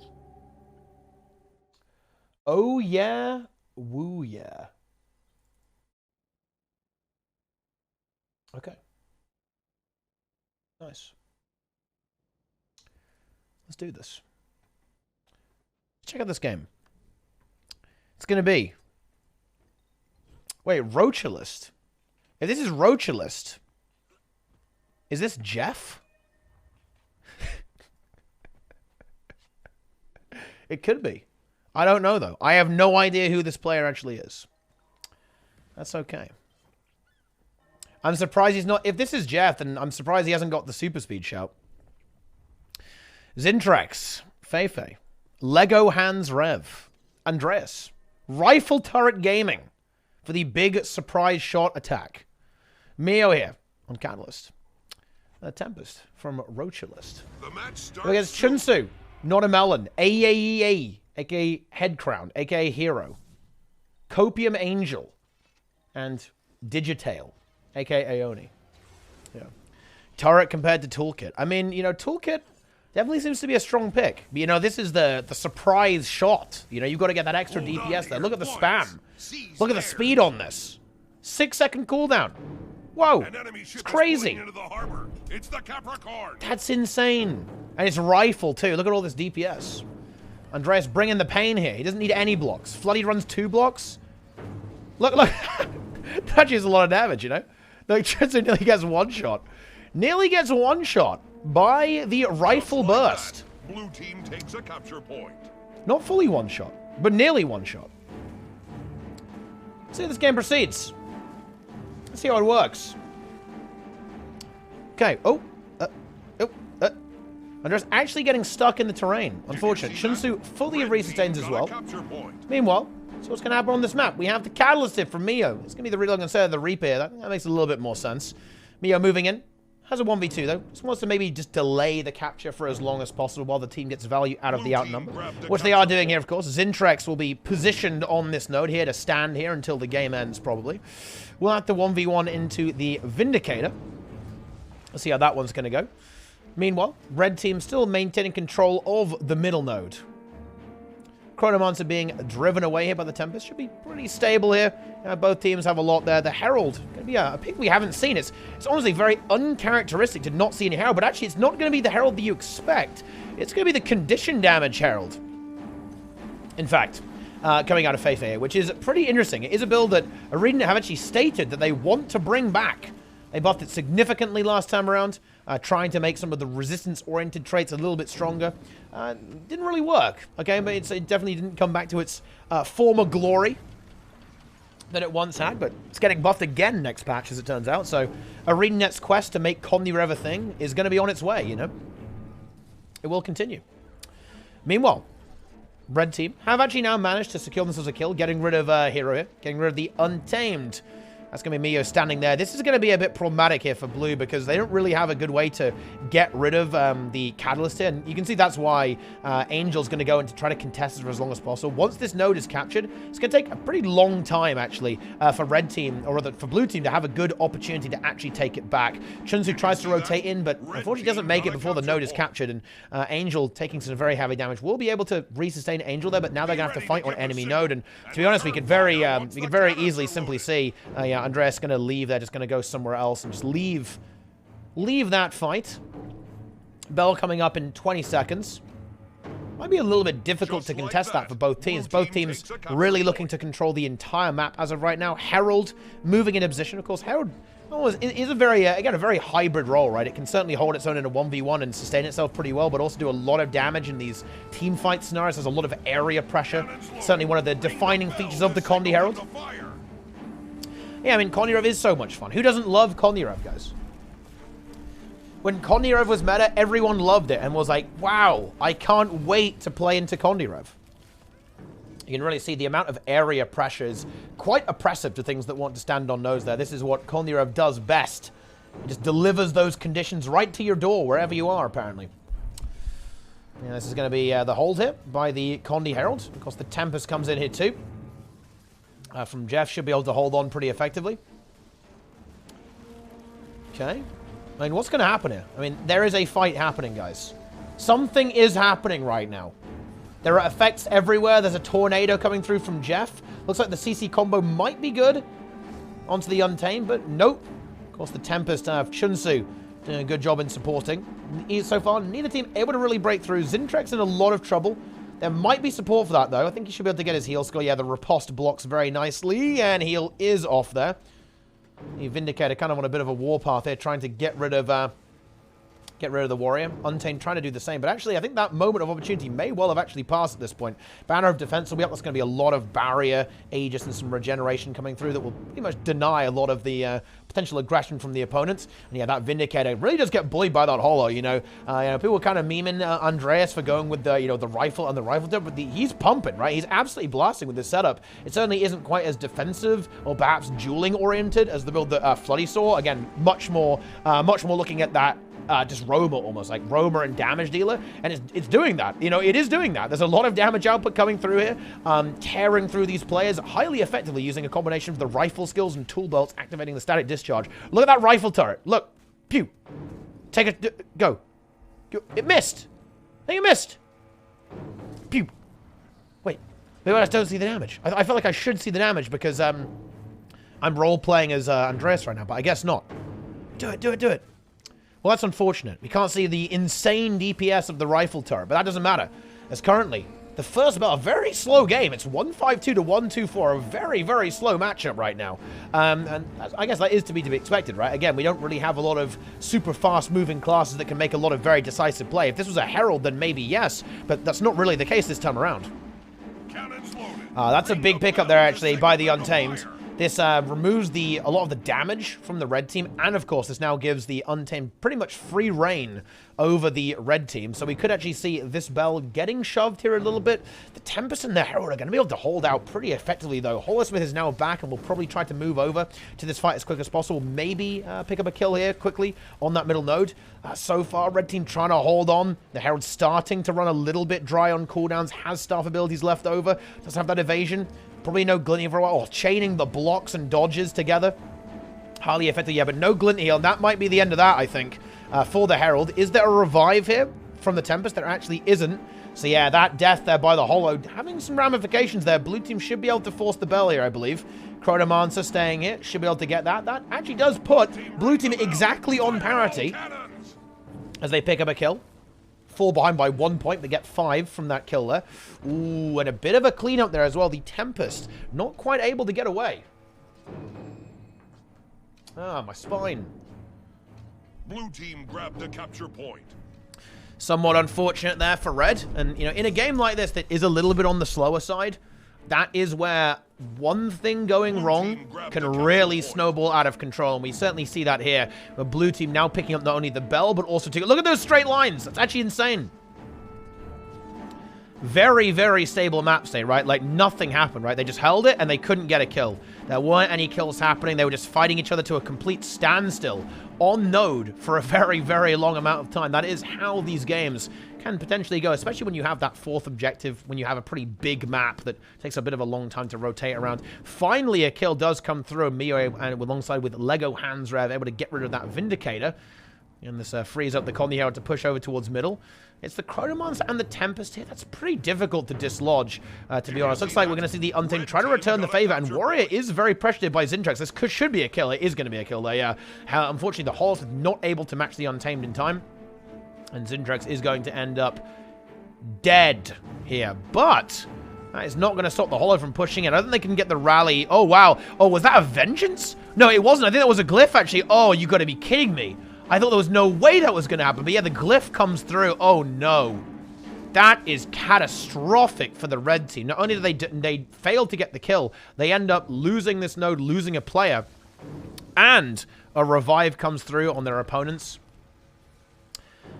That is absolutely catastrophic. Unlucky. But oh well, I guess. That is how it goes. And now red. Now they've got an opportunity to try and get something done. They haven't been able to do so, though. Zintrex, once again, will be 1v2, so we'll need some assistance in dealing with this 1v2. In fact, might end up just a little bit dead here. The Untamed, you can see that Untamed blasting. Doing some serious DPS, wherever it happens to be.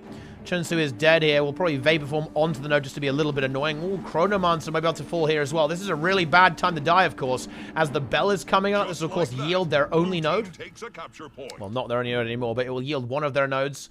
And the Bell is very likely to go in favor of Red Team. Red do lose their Warrior again. They need to do a better job of taking care of Zintrex. Zintrex alone and unloved here on the Bazaar, so there is one death here. However, Andreas here, Holosmith from Red, is able to actually get to position, but will be matched by the Vindicator almost immediately. Con the Herald does have potential to move over here to help out with this spell fight. Looks like it's going to be Andreas for a while, but he is going to be 1v2 now.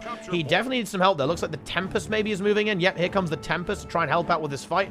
Will be some capture on the Bell there. Wow, that was an almost one-shot there, but I think there's going to be the counter one-shot, I'm afraid. Oh, it actually is. I think his Tempest can't really revive that. There's no glyph available. Yeah, and the Bell gets taken because of that. Ooh, that was maybe a little too greedy. That horse is really having a lot of damage, but unfortunately, if you can one-shot someone in this game, it's quite likely that you can be one-shot as well. And that's exactly what happened. The Untamed turned the tables on the Holosmith and was able to secure that kill instantaneously. Red still have map control, though. Like, that Bell hurts a lot, though. That was a serious setback, especially seeing as they are bleeding off a few players after that slightly botched Bell fight. That's very, very painful. They do have the 2 cups, so they will actually catch up if the game goes on long enough. The question is, will it? Right, that's the really big question here. Blue team really trying to dislodge this Warrior yet again. That's been a bit core of their strategy, is getting that +1, right? Getting in there and getting rid of this Warrior. Utilizing that Untamed as much as possible. Meanwhile, Andreas, he wants revenge. Is he going to find it? I think the answer to that is yes. It absolutely is. Of course, we'll have to do the double stomp there. The interrupt from the Ranger will come through, and that's going to be the end of that. There's the kill. That's a big one, and wants to actually go again and double it up there with the Vindicator. I do like that, actually. Like, getting this node ticking is going to be incredibly important. Changes the mind about that, though. A bit of communication there, I imagine. There was a bit of a voice call. Just go far and said. Probably, again, wary of this respawn. Here comes the respawn, so wants to match that as quick as possible to make sure that Mio's able to secure the node over here on the Bazaar. Might be able to get a very quick kill here onto the Vindicator. That will be really, really juicy. Chunsu, though, is already in position to potentially go for a revival or support if necessary. Yeah, and this isn't dying anymore. No way, actually. No way. Oh, having said that, Tempest from blue team, red team rather, does rotate in. I'm not sure if that's going to deliver a lot of value there, actually. That's not really going to add a lot of damage, and that leaves, yeah, it leaves the Herald completely exposed. I'm not sure about that one, to be honest. Yeah, and yeah, that wasn't that great. Tempest, unfortunately, kind of rotates over there and then rotates back immediately, and I think that actually might be what red team needs to win. Yeah, I think it very much will be, in fact. Zintrex is, of course, going to be 1v2 as a result of the Ranger rotating over there. Mio now in position, trying to hold on. I mean, Bell is relevant here. I mean, if red team get Bell, that puts them in a decent spot. Although, it's only 25 points for them, of course, as they haven't got a Bell themselves, I believe. Oh, yeah, Mio dies here. Not a Bell, and then Chunsu should be able to finish that off. I don't think Andreas can somehow get some kind of clutch 1v2. No, that's not going to happen. Chunsu's in position for the Bell. I mean, the Tempest from red can try to contest it, but not really. Zintrex trying to do the same. That's definitely better. That's where you want to be. But I think we're going to see blue commit. Yeah, they're just going to go for it. They know that they instantly win the game if they have the Bell. They kind of win the game in 20 seconds if they don't, because their nodes is going to tick out. Red must defend this. They have to contest this. And that means they just don't have enough players on the board to actually neutralize this stuff, unfortunately. And that's going to be a victory. Whew.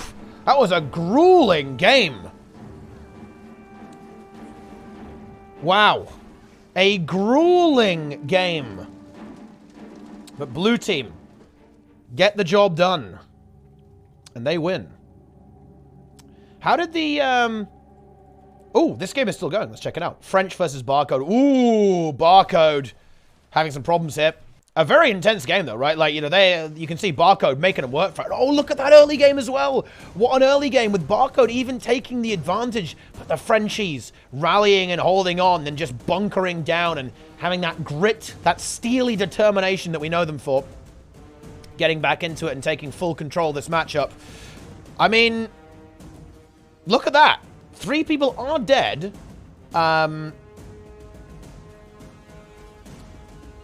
3 people are dead. But Red team wins a capture point. That doesn't matter. I mean, look at the score, guys. 1 bell is secured. But here's the issue. That was a big comeback move there from Team Barcode. The problem is it's 5 minutes too late, as you can only get 90 points in a minute in Guild Wars 2 PvP. Because you can have a 3 cap, which is 90 points every minute. So here's the problem.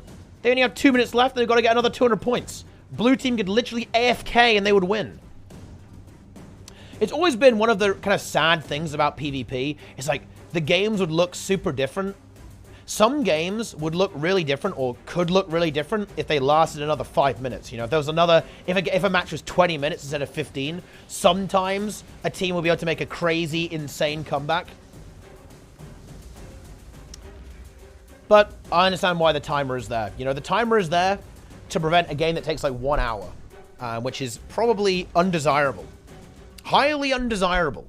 But Barcode, I mean, that certainly does appear to be you know, somewhat strongly favored towards the Frenchies. But I don't think that's actually necessarily true. Barcode having a very strong early game here, and only falling behind here, and then showing that they can still get kills. They have the ability to do that. They just couldn't really break through. They were just losing player after player here in this kind of middle to late stage of the game. They couldn't find anything. They found it right at the end, but it was just a little bit too late, unfortunately, for them. Could be very interesting to see that rematch, actually. And here we go. Let's see what the games are going to look at. Gonna look like. Doesn't make any sense. It's gonna be Fly, Ultrascuffed versus Spocker. Team Copium versus Team Barcode. French Worms versus Zintrex. And Azadome versus Denshi. What I haven't actually seen this Denshi team. What is this team? Let me actually have a look at it. Let me take a look.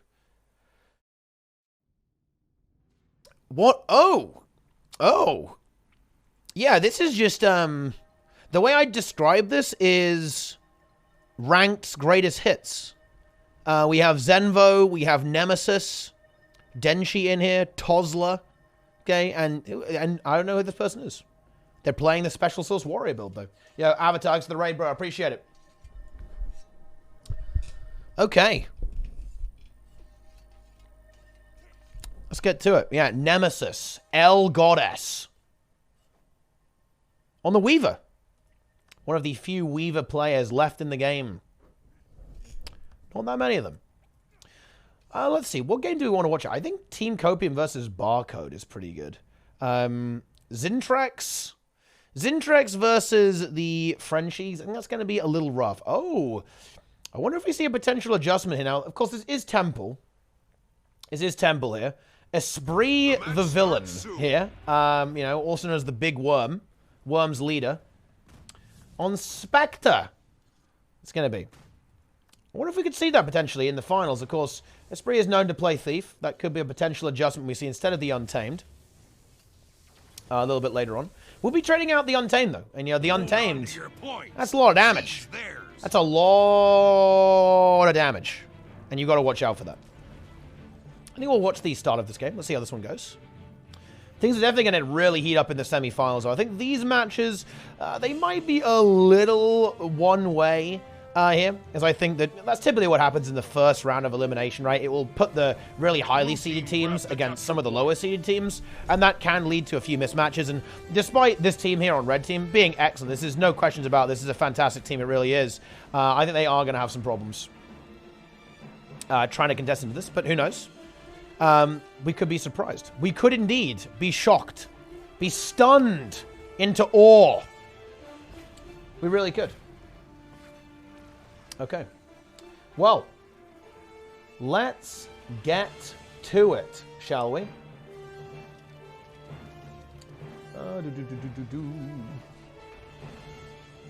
So far, Frenchie's having full control.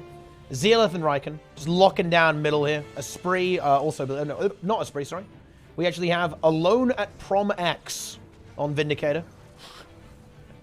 In the mix, picking up this one kill onto the Chronomancer from red team. And yeah, we are really seeing full control here. That will be middle, slowly mopped up here by the blue team. Goku and Esprit, again, very much holding firm here. The Warrior and the Spectre, very powerful duo, right? A lot of sustain there, a lot of healing, and a lot of condition pressure out, but both of them dealing heavy condition damage. The Hollow here is going to really struggle. Quite a lot of durability from both these players, especially the Warrior with that Rabbit Amulet is going to be very resilient against the Horsemith. And of course, not a lot of defenses on the Hollow. There is some Kodikans, but not enough. And I think this is pretty much going to be a little bit of a preview of how the rest of the game is going to look. I think it's incredibly unlikely that much actually happens in this game, unfortunately. So let's go ahead and move on. Let's see Team Copium versus Barcode. Okay, so let's see what happens here. It's going to be on the red team. Team Barcode, Enigma, Fat Milf, Goat, Thulsh, Demolish, and Maya. Going up against Angel, AEAE. Okay, what are these names? Okay, what is going on here, guys? It is Digitail, okay, Ione on the Spectre, Not a Melon, and Chunsu on Tempest. Support God X, indeed. Chunsu finally happy playing Tempest instead of Support Guardian. Every single time there was monthly AT, Chunsu would DM me on Discord and say, can you make ArenaNet buff Tempest, please? Please make them buff Tempest so I can play Tempest. Little did he know, Earthshield would be his salvation and allow him to play Tempest in competitive PvP. Truly remarkable stuff. I think this is a pretty close matchup. I think I'd probably give the edge to Team Barcode here, actually. Maybe even a fairly strong favorability, considering how well they performed against Ultrascuffed earlier on in the tournament. You know, there's a really big difference. There are two types of PvP teams in the monthly. There are teams and there are pugs, right? And if teams stick together, they start to really outperform the kind of random groups that form kind of like a week before the tournament or, you know, a day before the tournament sometimes. And I think that's the advantage that both Ultrascuffed, French Worms, I say both, it's, you know, it's not just them, of course, and, you know, Ultrascuffed has, Barcode has, French Worms have, right? Like, it really does start to become very obvious who's always playing with each other. You start to know each other's limits. You know how people play, right? Like, you know how to communicate with each other. You have that synergy being built up. And that really is something that's a little bit magical. In the same way that you've got the Special Source Warrior build here, that type of team play, that team communication, there really is only one way to get it, and it's to play with the same people on a, you know, over and over again. And not a lot of teams have that, and it really is that special sauce that will give you that extra little bit of edge over your opponents. Oh, yeah. Yeah, sticking together and grinding, it pays off big, and we're certainly seeing that from Barcode here, 100%. Yeah, they already got that upper buff there as well. Stillness, giving them a good chunk of points from that red team. What is the team name here? Team Pixel French Edition. Wow. Wow. That's crazy. Meanwhile, we have Enigma into the Tempest. Definitely happy there for Enigma. Chunsu does not want to get locked here really whatsoever, but is going to have no choice. Ooh, Untamed here from red. Is there any saving that? The Spectre arrives. The stealth is really good as well there. And look at that restain. That stealth attack on Spectre is a very juicy heal. And Maya really getting some value out of that, bringing massive restain there combined with the healing skill from the Untamed. And all of a sudden, Chunsu, very, very isolated, very, very alone, is going to get completely pile-driven by 4 of the red team. And yeah, looking very good for Barcode so far. Of course, that very heavy rotation towards middle does mean that there's not really any red team players left over to actually handle the Sinos, leaving Demolish outnumbered, of course, but he survives very well. Is able to back off completely effectively, and now will be reinforced by the Untamed from the red team. Here we go. Demolish about to break in here. Here we go. Oh, gets a big that's a really big immobilize, actually. That pin down lands. The block was fortunately there here for Hero, but it's not going to be enough, I don't think. Untamed from Blue, looking very, very dead indeed. Is there a support? Chunsu is here. Is there a revive up? No, it is not. So no renewal of fire, unfortunately, for Chunsu. And that's going to be the end of that. Chunsu will be able to reinforce Angel, and this should be a good duo to hold with, but it's double Ranger. I don't even think that, I don't even think that Vindicator and Tempest can hold against that. That's going to be way too much damage output. Too much boon removal, right? Too much pressure coming from these players. And even this 2v2, I don't think it's super great, to be honest, for Blue. They just aren't going to have the damage to really contest this. I think they will eventually end up losing that. Meanwhile, Enigma just into this Thief. I think the Thief will get driven away at some point. The Sustain is just not going to be enough. Like, new Spectre with the significantly weaker Shadow Shroud, it's just not going to happen, right? It is not going to happen here. Although the condition pressure is massive here onto Enigma. Let's see if Enigma can hold on. Looks like the answer to that is yes. Maya now moving in too. Really taking a lot of 2v2s. And if you think about it, that's where Spectre is really powerful, because you can put all of your support onto that second player. And you have single target damage. So you can single target someone down in a 2v2. High value indeed. Yeah, that reinforcement was good. Another up buff scored by Red. So even though they're down on map presence, they actually still maintain point parity as they get 2 points per tick right now. Untamed about to die here on bottom buff here. It's the double Untamed from Red. The dynamic duo really piling on the pressure. There should be a revival, I think, for Chunsu. It does have the glyph.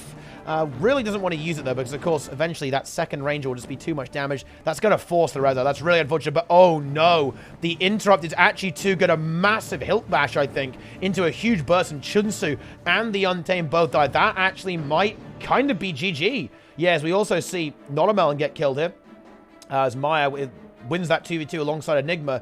That probably ends the game, I think. That's going to be bottom buff secured, Tranquility locked in. All Red Team has got to do now is just stand on these points. Demolish, I think, is going to maybe just barely make it in time to actually stand on this point to get this contest. Yeah, should be just about able to do that. Yeah, one tick away, but makes it. This is Die on Node. This is Die on Node now. They've got such a big lead, 150 points up. They are actually going to lose this node here. Oh, no, they aren't. Enigma with the big port. At the last second, able to contest into that node. And this is going to be the end of the game. I don't think the map state is going to change that much. Demolish is just in full survival mode. Doesn't really have to worry about winning this 1v1 or 1v2. Just has to basically stand on this point until he dies and get as many points for the team. Is going to do exactly that. You can see that he's just basically like, oh, well, actually, he's going to maybe try and survive. That's fair enough, and that is going to be the double Ranger reinforcement to get even more value out of the situation. Honestly, I think it would have been fine just to fully commit to that and just commit to those nodes. They actually do end up losing a bit of map state there, but I guess they're just playing a little bit safe. They don't want to go for a potential last-minute throw in a game like this, because, of course, this is now elimination, so winning is incredibly important, don't you know? You've actually got to win this game, otherwise you're going to have some serious problems. And there it is. Maya pick up another kill in that 1v2. That's Spectre and Vindicator synergizing together very well. A lot of value by the Thief here. Of course, this is a map where you'd expect Thief to be very good. It's a massive map that's quite slow to rotate around. That's where Thief's mobility really comes into play, and I think Maya doing a great job of utilizing that and really, really finding some extreme value, picking up a lot of kills, and even saving teammates with the support that's innate to Spectre. Red Team now have this node. The double push from the Ranger was effective. It really was. It was an effective push, and that's going to be GG. Blue Team will be eliminated, and Barcode are going to the semi-finals. They're going to be facing Ultrascuffed. Ooh, that's a fun one. Let's see. Frenchies versus Intrex. I imagine, yeah, this is actually, again, it looks like it actually did. There was a bit of life in the Red Team here, and that's impressive. They were able to get a couple of kills here. Continue to get some value on the map, but the French still very, very far ahead here. They got a very massive lead early on with not that many points scored by Red. Red fighting, really going for some effort here, trying to make some value happen on the map. But sadly, it's not going to be quite enough, I'm afraid. Just like that. Will they fix the red splooches on the map? No. Yeah, I mean, this happened with DX11, right? I think. It was a really weird. Did you see that? Graphical glitch. Got a capture point. Riker is playing classic Catalyst. Yeah. Here we go. Look at that. I mean, look, there are so many bugs in the game. It might take a while, okay? It might take a while. That's okay. This game ends So our semi-final is going to be Frenchies versus Azadome team, I think. Yeah, Frenchies versus Azadome, I think. And Fly, Ultrascuffed versus Barcode. Both those games pretty exciting, actually.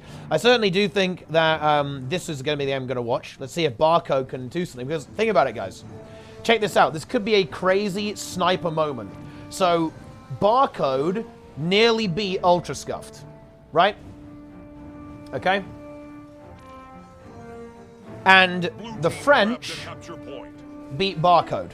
So, if Barcode are able to assassinate, okay? Oh, is it not the Azadome team? Oh, no, it's the other team. One of the other teams that won. If Barcode can assassinate the French, assassinate Ultrascuffed, then the French don't have to play against them again. So you've got to watch out for that one. Watch out for that. People compiled bugs into a sheet. Yeah, we actually did do that, and there were loads of really interesting bugs that got reported, but unfortunately, they didn't get fixed. I mean, it was just like a fun contest, right? You know, that's all it was. Okay. Let's leap into the next game. What's the next game? Gimme. Ah, Kylo, huh? Ooh. I'm not super sure if Barcode are going to be happy about that. Yeah. We actually have 3 thieves being utilized by the... I don't see that working, to be honest. I don't know. That's going to be very difficult, I think. Double Vindicator, double Spectre, and then Daredevil? I mean, are they really going to be able to break through? This is a pretty small map, too. A lot of kiting potential for the French. And that'll be extremely difficult here. Extremely difficult. It's possible, but not easy. I mean, this Untamed is going to feast on these thieves, too. The thieves will not enjoy being focused by the Untamed. The other game hasn't started yet. That is the game I think that will be the most hyped, so we'll hop over that one when it starts, but we'll just take a look at the opener of this one so far. However, I believe that we're almost certainly going to be seeing a pretty strong favorability here from the blue team. From the blue team. But that's okay. The match starts soon. That is indeed. Okay. Should still be an interesting matchup. See a reload there. Could be to the Chronomancer, perhaps. It is going to be the Chronomancer reload. So only... and it was a hidden... It was a hidden Spectre. It was, in fact, going to be the Deadeye. Getting out of nowhere here. The surprise Deadeye coming through from the red team. So it's Chronomancer here. Deadeye. Daredevil. And then double Vindicator. I think they're both Salvation. They are indeed. Well, let's see if it works. Double Thief Wombo combo. I mean, Deadeye, you can never count out Deadeye, in my opinion. It's one of those things that can just absolutely demolish if it finds that opportunity, if it does get some value. If you give it an inch, it'll take a mile. Goku about to actually receive the inch. Blue team grabbed a capture point. But reacts to it pretty effectively, I think. Does have Endure Pain still up, so should be okay, I think, at least for the time being. Yeah, get some big heals. Has full counter available, and Zealot has now arrived too. See that? Red team got a capture point. There it is. Yeah, so that gets stabilized here by the French. Ooh, Gravel, good prediction there. Good retarget by the Gravity Well. It's not going to be quite enough to generate a kill. Deadeye still being annoying here. Not really allowing that warrior to re-engage into the 1v1. However, Zealot on Tempest able to restabilize that somewhat effectively. Over here on middle, we actually have the Vindicators, a duel of fates, a duel of extreme intensity, as you can probably imagine. Let's see if Esprit can get in here and kind of upset that a little bit. This is where that Untamed is going to be very important. It is the key, a bit of a key player, I think, for the blue team here. They really need that Untamed just to shove people away so they can basically sit their tanky classes on the nodes and capture them. That's what has essentially been done here. The Untamed shoves that away. Don't think the other Vindicator is going to make it. Oh, French v French, guys. Worm v Worm. Ultimate Dark Worm Azers on the red team here. Defeating or trying to battle his own teammates. Very exciting stuff. There's actually so many worms. They've had to make more than one team now. A slow start to the game, though, actually. And this is not entirely unexpected, right? This is basically a part of the game where blue team is just trying to grapple their opponents pretty much and get map control, right? They want to get map control, they want to hold it. And some good pickup there as well. Yeah, that's the advantage of the Double Thief. The Double Thief very able to assassinate that Untamed. They've identified that the Untamed is a really big problem for them. They have to get rid of that. Otherwise, they are just going to get memed by it pretty much the entire game. However, Goku is just slowly but steadily winning this 1v1 into the Chronomancer. Yeah, Chronomancer can't sustain that. It's too much. Too much pressure coming through. We'll attempt to get back in there, but it's only a matter of time, really, until the Warrior is able to secure this node. Ooh, and land some big birdie. That actually might be a kill. That Chronos is in so much trouble here. Does have distortion. Nice port there. Good juke. But is it going to be quite enough? The Burning Field comes through. 2 burns. Yeah, I mean, the Chrono has to disengage away from that. Thief moves in there with a plus. And the Deadeye as well. That's very scary for Goku. He does still have, again, Endure Pain will be incredibly effective at not dying to those Thieves. And again, Zealot is in position. So I think, Goku even feels confident to kind of hang around the node here and potentially stand on it to deny the decap.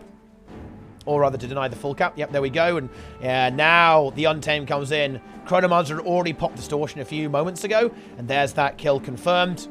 That's going to be the Chronomancer dead. Oh, yeah, you can slowly see it happening.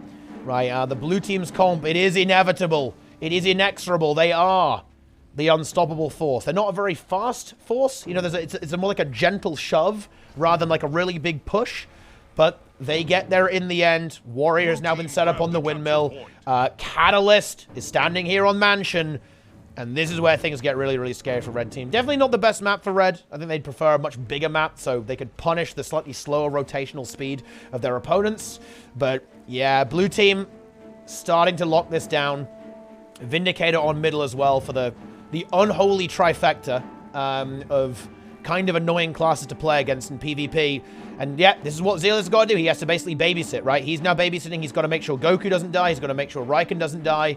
And if that happens, if he's able to rotate effectively, then there's going to be no problem here. Untamed does get picked off there. So, you know, some vulnerability here. And there's a lot of damage here, right? A lot of damage output from Red.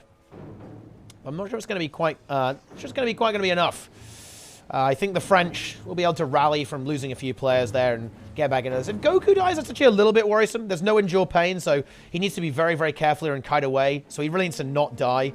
Oh, man, I do want to kind of keep an eye on this game. It is a little bit volatile, but I definitely think that the other game is where the really spicy stuff's going to be going on. Let's get in there. Here we go into the other game. What's going on here? Barcode versus, and look at that. I honestly feel bad for making this prophecy. I don't like saying this stuff, guys. But we actually have Barcode actually up right now, 120 to 60. If they assassinate Ultrascuffed, the French are going to breathe a sigh of relief. That would be such a tragic end for Ultrascuffed and such quite an amusing, amusing way the bracket plays out there for the French. Because they had such a tough time versus Ultrascuffed. But Barcode now pushing Ultrascuffed to the limit. However, Ultrascuffed, they do like a little bit of a comeback apparently in this tournament. They don't like to, they like to play it close. They like to keep us on the edge of our seats. They're picking up a kill not only, I believe, onto the Untamed, but also on a Vindicator, staggering their opponents pretty effectively. Yeah, Team Barcode, guys. It's pretty big. They are able to kill the Holosmith. But unfortunately, are they able to keep their own Untames alive? The answer to that question may well be no. Untamed getting bullied very hard there by the Holosmith and the Chronomancer. And now Zeon looking to recontrol this middle node. Not a lot of pressure on Windmill for a while, so it's not like Red Team are going to be completely without points for the time being, but we could just be seeing a massive team fight here as all 10 players in this game are kind of circling around middle here, just ready to go, ready to pump, more or less. Let's see how that fight's going to end up resolving. Cowablanca a little bit pressured off to the side. Demolish trying to find a kill. Not really going to happen, though. Yeah, healing skills coming through from Cowablanca. He's completely fine, I think. At least for the time being. Has some evasion left over. No staff defensives left. So there's definitely some potential vulnerability. Wants to maybe turn it around now. Get some aggression onto the Untamed from Red Team. And Blue, they haven't actually been able to get a node back yet. They are still technically losing this game. And Floody, very pressured too. The Untamed and the Thief really trying to get rid of that, really trying to delete this player. Ooh, I think the Signet should come through though. Yeah, it does.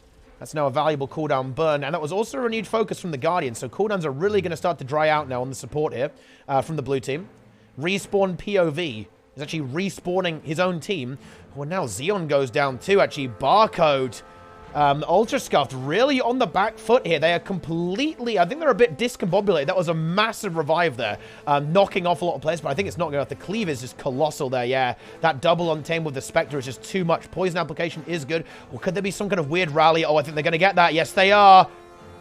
That Holosmith really bringing the pain. Xeon in trouble. Does have his block. Oh, gets interrupted though, unfortunately. Can no longer activate it, or indeed double activate that, unfortunately. So the defensives for this Chronomancer are very, very low. Alacrity putting in the work to bring those back as quick as possible. Looks like Xeon will actually get resustained, and Ultrascuffed do get a pretty... That was a big rally. If that had gone the other way, that gets scary. Oh, and Floody, that horse with it is a little bit fragile. It is a bit of a glass cannon to extent, even with the double block from Toolkit and the shield. And it gets focused down hard. Oh, that's going to be a rally too. No. Oh, that's very unfortunate. Ultrascuffed could not pull off the same miracle twice in a row. Can they maybe get a counter kill onto the Untamed? I think the heal skill comes off. The Spectre supporting very, very nicely as well. Yeah, I think that's too much distance now. That actually might go very, very badly for Ultrascuffed. Yes, it does. There is the kill onto Fly. There is a down state, but the revive is going to be good. It's too far away. The stomp did not come through there from Capablanca. Is the revive going to come through on the other side? No, I actually don't think so. The symbol is down, but the health bars are too low, I think. Oh, maybe they commit to it. No, they can't. Even if there was distortion, I don't think that was really possible. Ooh, an Ultrascuffed, that's a really big problem because this Chronomancer is going to have a very tough time disengaging. We do have Continuum Split and Distortion available, so there are some good coordinates available here for Chrono on Xeon. Is that going to be enough? The answer to that is actually yes. These players are very slippery today, huh? And even though both teams are kind of tearing chunks out of each other, it's still a very evenly matched game. Now with Floody off respawn, able to get to that windmill for the decapture. And Capablanca will try to rotate onto that, I think, to try and hold that and bunker that down. Of course, Ultrascuffed a lot less bunkery than some of the other teams there. You know, you may be seeing a Vindicator, but bear in mind this is a damage Vindicator. It's not the defensive Vindicators that we see from a lot of the other rosters. It's kind of the same with the Chronomancer too. It is certainly a more defensive build that has some very good dueling potential, but make no mistake, it does a lot of damage too. Xeon gets res there by the Signet, but Capablanca dies for that. However, the Distort res should be enough combined with the Guardian Revival trait. And Ultrascuffed holding on, but another downstate. You can just see how much damage output is really coming through from the blue team. Barcode, they're continuing to maintain their lead. Ultrascuffed can't actually get the job done here. They simply can't make this work. It's just not enough. They haven't been able to find their footing in this game. They've been kept unstable for a long time. They've been knocked off balance. They might need to take a bit of a step back here and regroup because they're just losing player after player after player. They aren't getting a full restabilization. They aren't getting a full resustain. And again, the red team collapsing on their opponents here, demolishing them. Ultrascuffed now are moving back to a more defensive posture. I do like that, but they might lose more players while that happens. Where's the support guard? The support guard is not back yet. 10 seconds. Flurry's got to hold on. The wells from the Chronomancer provide a lot of healing, but map control very much in favor of Barcode right now. Barcode putting in work. And wow, this will be a bit of a reversal. Ultrascuffed, after narrowly winning in Swiss, and now in a very bad position in this game. They're pinned in their base. They have a downstate, a Floody in the downstate here. Xeon in a huge amount of trouble as well. They can't get the revival. They're pinned in their base on Kylo. Oh, no, that is very, very bad indeed, my friends. Bit of a disaster. Bit of a disaster. They've got time to come back, but not that much, actually. It's only 6 minutes left on the clock, and of course their opponents are nearly at 350 points. Capablanca dies. This has got to be this has to be a full reset. This needs to be a full reset. They need to let these bleed out and respawn. Floody doing it. Very wise by the horse with it. But they can't push too soon. They're going to get pinned. They're going to get assassinated here. Look, the Rangers are waiting. Yeah, look, they're literally look, they're actually hiding behind a wall, stealthed up, ready to pounce on anything that drops down. They have to. And that is valuable time. Look, that's going to be some moment when there's going to be a triple cap against blue. Ultrascuffed in an absolutely dire position here in the semifinals of monthly AT. They've got a minute to make something good. They've got 1 minute to actually get back into this game. Ooh, and Gordon kind of has to not die. I mean, that's a bit of a tall order, to be fair. But yeah, no, he's completely done for. Again, another 45 now. Red team did commit 3 players there. That does certainly give some map time to blue. Like that. But can they actually find a kill? That thief, high mobility, disengages very effectively. And that's going to be the end of that. Maya gets out. Ultrascuffed get another point on the board. But they're still down 2 nodes. Their opponents are above 400. This needs to be an almost perfect game. If they're going to get back into this, it would need to be almost perfection for this match to continue. How's the other game going? Is the other game even still going? No, it's not going anymore. That would have been a French victory over the other team. And let's see if Ultrascuffed can make a comeback here. It's going to be difficult. Thief even decapping. This is where, these type of situations is where Thief gets so disgusting to play against. Because the Thief decapturing a node is so painful at this stage for Ultrascuffed. It is pure agony. Because what it means is that, oh, someone's got to match that rotation. It slows down the game in favor of the team that's currently winning, the team that's nearly won the game. It is agony. Thief gets in here, starts being annoying. Floody and Capablanca, they've got to go for it, but they need a triple cap. They must triple cap their opponents now. They have to. Oh, and that's not going to be easy. Floody in a 1v2. There needs to be a reinforcement. Gornet trying to move, but tracking that Thief is just going to be devilish here for Ultrascuffed. Thief still being annoying, still kiting around. One node still standing firm. I mean, they have to. They've got to commit to this. Capablanca and Fly, they have to do it. Oh, but the problem is that here it is. Red team correctly recognized, and they win on 1 node. They win in 14 points. Just like that. This is such a desperate situation. 20 seconds until the game ends, and it's not going to happen. The decap is no longer possible. Floody announced it. The signet was completely cancelled there. There's one downstate in favor of blue, but it's not enough. The kill is secured on both Fly and Floody, and wow, revenge where it counts. Team Barcode assassinate Ultrascuffed. What a turnaround, and I've got to say, that is a very interesting turn of events. And let's see if Team Barcode... This could honestly be Team Barcode's tournament. The only thing that stands in their way is the French team. Now, bear in mind, Ultrascuffed beat the French team very decisively. And now they just beat Ultrascuffed decisively. But here's the weirdness that's going on here. Barcode had a huge amount of trouble versus the French team in the Swiss rounds.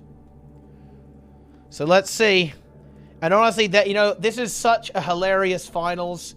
There's definitely a little bit of beef here, guys, between these two teams. Honestly, it's maybe the wrong kind of beef, right? It's not the funny kind of beef. It's kind of like it's actually pretty serious. So there's actually a lot on. This match is a big match.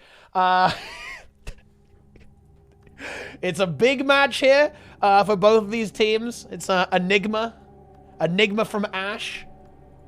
Going up against the French, going up against Esprit. And let's see what map it's going to be on. Very exciting. It is content, yes. Content is here. French versus Team Barcode. Another monthly AT finals for Barcode. They certainly are well on their way to that victory. The question is it going to be today that they get their victory? Hey, Nara, thanks for the raid, man. I appreciate it. The NAAT is over. And honestly, big shout out actually to Nara for streaming NA monthly AT POV. That's the exact kind of thing we need, actually. It'd be really cool if we had a lot more streamers streaming the monthly, right? From the team's perspective, right? All that kind of good stuff. Definitely a big fan of that. Love to see it. Love to see it. All right. And you've arrived just in time, my friends, for Frenchies versus Barcode. Barcodies in the final. Get your channel points in. And here it is. The match is up. Boom! Oh, love to see a Forest actually for finals. This is definitely one of the most balanced maps in terms of different play styles, right? There's you can obviously play a very team fight style. You can play a very rotational style. This is probably probably my favorite PvP map actually in terms of the way the map actually plays out in the flow with the secondary objective too. So here it is. This is going to be a bit... Look at this beat. Look at this good manners, guys. GLHF less than 3, GL Zealith, GL Goku, GL Kill, GL Esprit. Look, guest dropping good luck to the entire enemy team. Let's see if Fat MILF will come to regret that here in the monthly AT finals. Maybe the luck was maybe not what you want to give your opponent, but here we go. It is going to be a support versus no support indeed. This kind of full roaming style coming through here, utilizing that Thief. Almost the Thief is the support, right? We've been seeing Maya really utilize the healing from Spectre, the barrier application from Spectre, to really keep her team alive as best as possible. And you're just moving around the map and killing everything. This is a tough one to predict, actually. You know, again, we did see the French do extremely well and win very convincingly into Barcode and Swiss, but Barcode, they really popped off, right? They fully activated there, able to get revenge on Ultrascuffed. This really could go either way. I don't actually know how this is going to go. Again, Catalyst here from Raikkonen. It's going to be the Vindicator, Salvation Vindicator here from Kill. Goku on the Secret Source. Condition Damage, Spellbreaker. Esprit on Balance Class XD, Untamed. Zealith Hold on to your on Support Tempest. Going up against Enigma on the Salvation Vindicator. Double Untamed from Fat Milf and Goat Fulsh. Demolish on Secret Source Warrior and Maya on Spectre. Again, we're seeing 3-node push here. Not from the red team, actually. I'm almost surprised to see that. Looks like the red team kind of just want to force fights a little bit more potentially. They don't want to overspread themselves here. I think they're very... Oh, well, okay. I mean, I thought I was going to have a nice chill intro, but oh my goodness. Do you guys feel that? Do you feel the hunger right now? Do you guys feel the hunger of Team Barcode? Team Barcode, they're here for the finals. The Catalyst gets instantly deleted by double Untamed. I mean, that, you know, that is, that's something, right? You know, you've got to watch out for that. You absolutely do. Svanier's return. Demolish is in a bit of trouble, actually. Goku doing very well in that 1v1. Not a surprise there. Of course, he is, of course, kind of the, I believe, the inventor of this build, so he better know how to play it pretty damn well. Ooh, Demolish doesn't want to die here. He really does not, because map control here is going to be incredibly important. And red team grab middle, of course, picking up that early kill means that, of course, the French can't really contend with that. They're going to try and spread out a little bit. Well, actually, that's the opposite. Red team shouldn't have got that. I know red from blue, guys. I know what's going on. Red team somehow managed to get that, despite losing their Catalyst almost immediately. They secure that node instantaneously. Raikkonen now pushing over to assist the Vindicator alongside the Tempest. So I think blue, they can't... Yeah, they got to leave, right? They got to leave here, right? And yeah, we see the Thief already starting to leave. And this is what blue have got to do. They've got to try and outpace this. They need to Oh, no! Oh, my God! Guild Wars 2 strikes again, and he can't relog it or rally Demolish. Goku has to relog now. Yeah, he has to go now, too. He's in a rock. That is unfortunately what happens with the knockback sometimes. The knockback is very big, and that does force a reload there. And that's going to be really annoying for Goku, unfortunately. Very, very irritating, because that's a lot of downtime. He now relogs. It's going to be 40 seconds before he's back in play. However, French do have a map advantage. Just got to hold on to that. This does, of course, force the Untamed to kind of 1v1 here, which is going to be a little bit irritating. Of course, the Demolish on the Spellbreaker will probably be pretty happy to see that. And, of course, it is a 4v5, so there's one player down. But Frenchies still looking good here, as you can see. Ahead on the map. They are going to lose something, though. There's no way they can hold on. They are 4v5, right? You cannot hold that in PvP in an evenly matched game, which is exactly what this is. And that's going to maybe be a kill on Vindicator. It is. Yeah, those Untamed simply too much damage, but a very nice precasted glyph is going to actually save the day there, but maybe not quite enough there. The water overload comes through Urshield, and wow, Zealith barely survives. Very defensive play, though, for the French while they wait for the Spellbreaker to come back. Goku is now back. That means they can start to be a little bit more aggressive on map, of course. But yeah, they are going to lose two players. They just lost so much momentum from that. That is very unfortunate for our red team. And they even, yeah, they lose the Spellbreaker too. Ugh. Yeah, that's kind of the domino effect there. They just lost all that momentum. They had that kill. They got the kill on Demolish. But then they had their Untamed had to take a really bad 1v1. That led to a destabilization on middle because of the outnumber. Right, then Zealith ends up getting incredibly pressured, burning all his cooldowns. That leads to the Vindicator dying. Leads to the Untamed dying as well. Ugh. Yeah, that's not ideal. Ooh, I actually really like this Beast Puck up here as well, by the way, by Blue. They know they just got a bunch of kills, but they know that there's already... they're going to have to respond to respawns anyway. They don't really have a lot of time to rotate on that, particularly as the Tempest and Catalyst are over here. So get that 25 points. That's why I kind of like the objective here on this map too. It's a very decision-making objective, right? Do you have time to go for those 25 points? Right, do you have time to go for that? I believe it was the Longbow 4, potentially. From the Untamed that knocked him into the wall. I believe. Did you see that? Yeah. Red team got a because the Untamed was there, just bopped him, and then, you know, he was in the terrain, he was in the wall. Does appear, though, that the French have stabilized here. They've got themselves back on their feet. Played it cool, though. You know, they didn't go too crazy, didn't get too unhinged, didn't lose control themselves. And that makes sense. You know, they are very, you know, they're a very experienced team, so they're not, you know, they're no strangers to things getting weird, things getting a little bit chaotic and not going their way immediately. Esprit in a lot of trouble, though. A 10 for Red. Really doesn't want to die. Bear in mind, that's so much damage from Red. Red do not want to lose this. Oh, that was so greedy by the Red Untamed. They just went completely unhinged. Went to try and turn their hand into a kill. Gets completely meat grinded there, and that is going to force a bit of a defeat here for Red. But Red are doing a very good job of holding these nodes, despite having a bit of a tough time in fights because there's so much damage output. The node holding power of Red is very, very good. And Goku, yeah, I mean, Goku is, without a shadow of a doubt, one of the best duelist warriors in the game, and he is absolutely winning this 1v1 into Demolish, and that's very problematic here.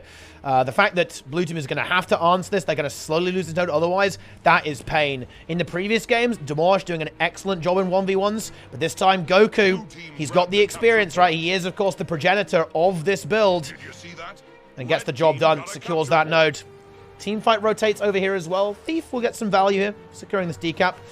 Is Maya, but Red, they are slowly but surely getting back into this.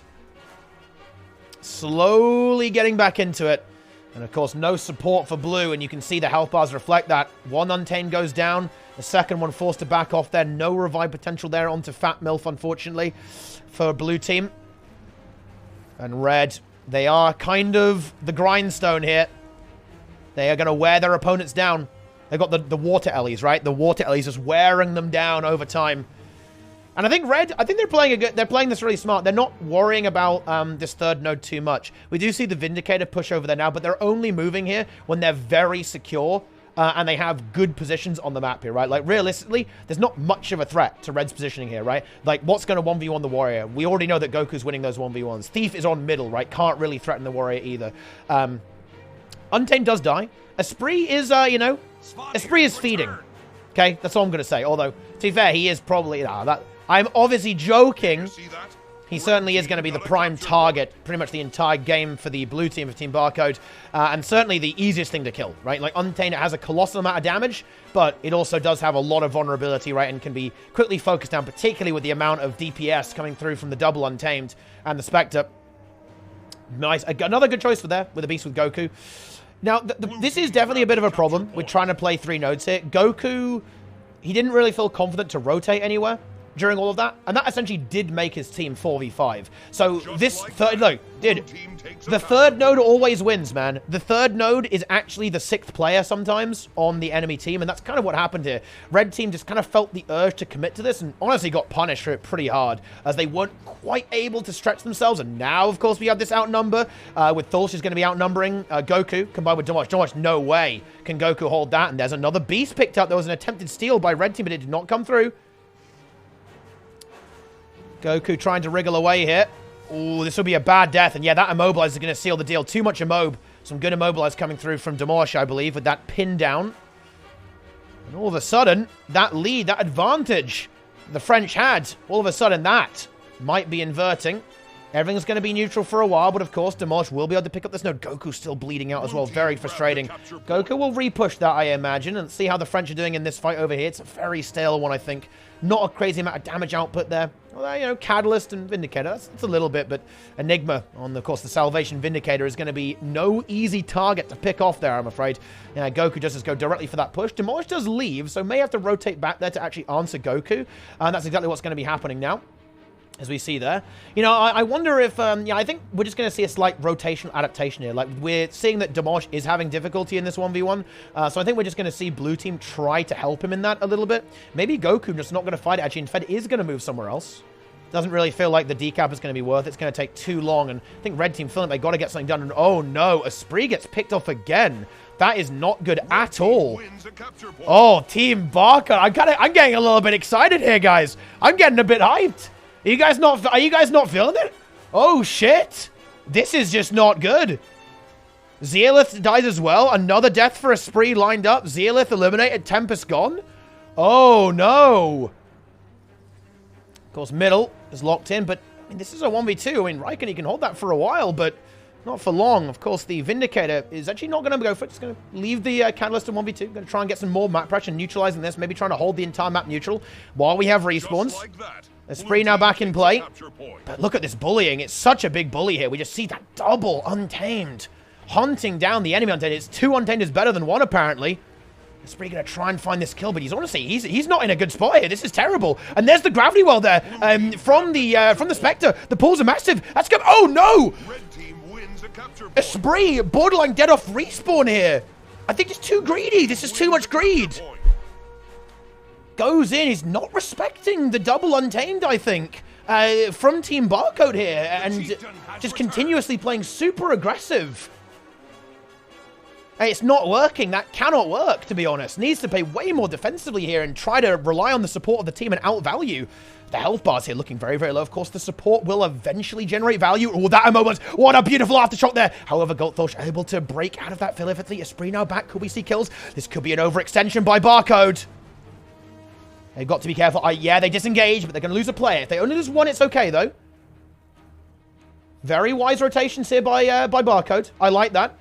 No answer to demolish either. Goku still on this node. Probably will now go for that push. But Team Barcode maintaining their advantage here. Blue team grabbed a capture point. Here we go. The French going for their push. Here it comes. Are they going to catch him? Ooh, Maya the Thief in trouble. 7 birds. That might... Oh, no, she's going to die. Oh, that's bad. Have Red Team identified this? Oh, look at this revive. Thulsh, is there a response here? Esprit is here. Oh, that should deny this, I think. Oh no, Thulsh cannot die here. He cannot die. He's trying to fight for this player, but no, there's no way that gonna survive this. Oh my god. No! Thulsh turns it.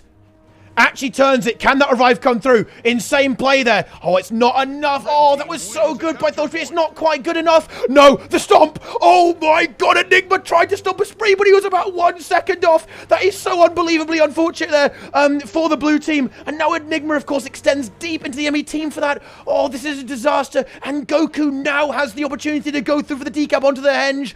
Oh, that's really bad. What? That was so painfully close, actually. Oh, that completely turns this game.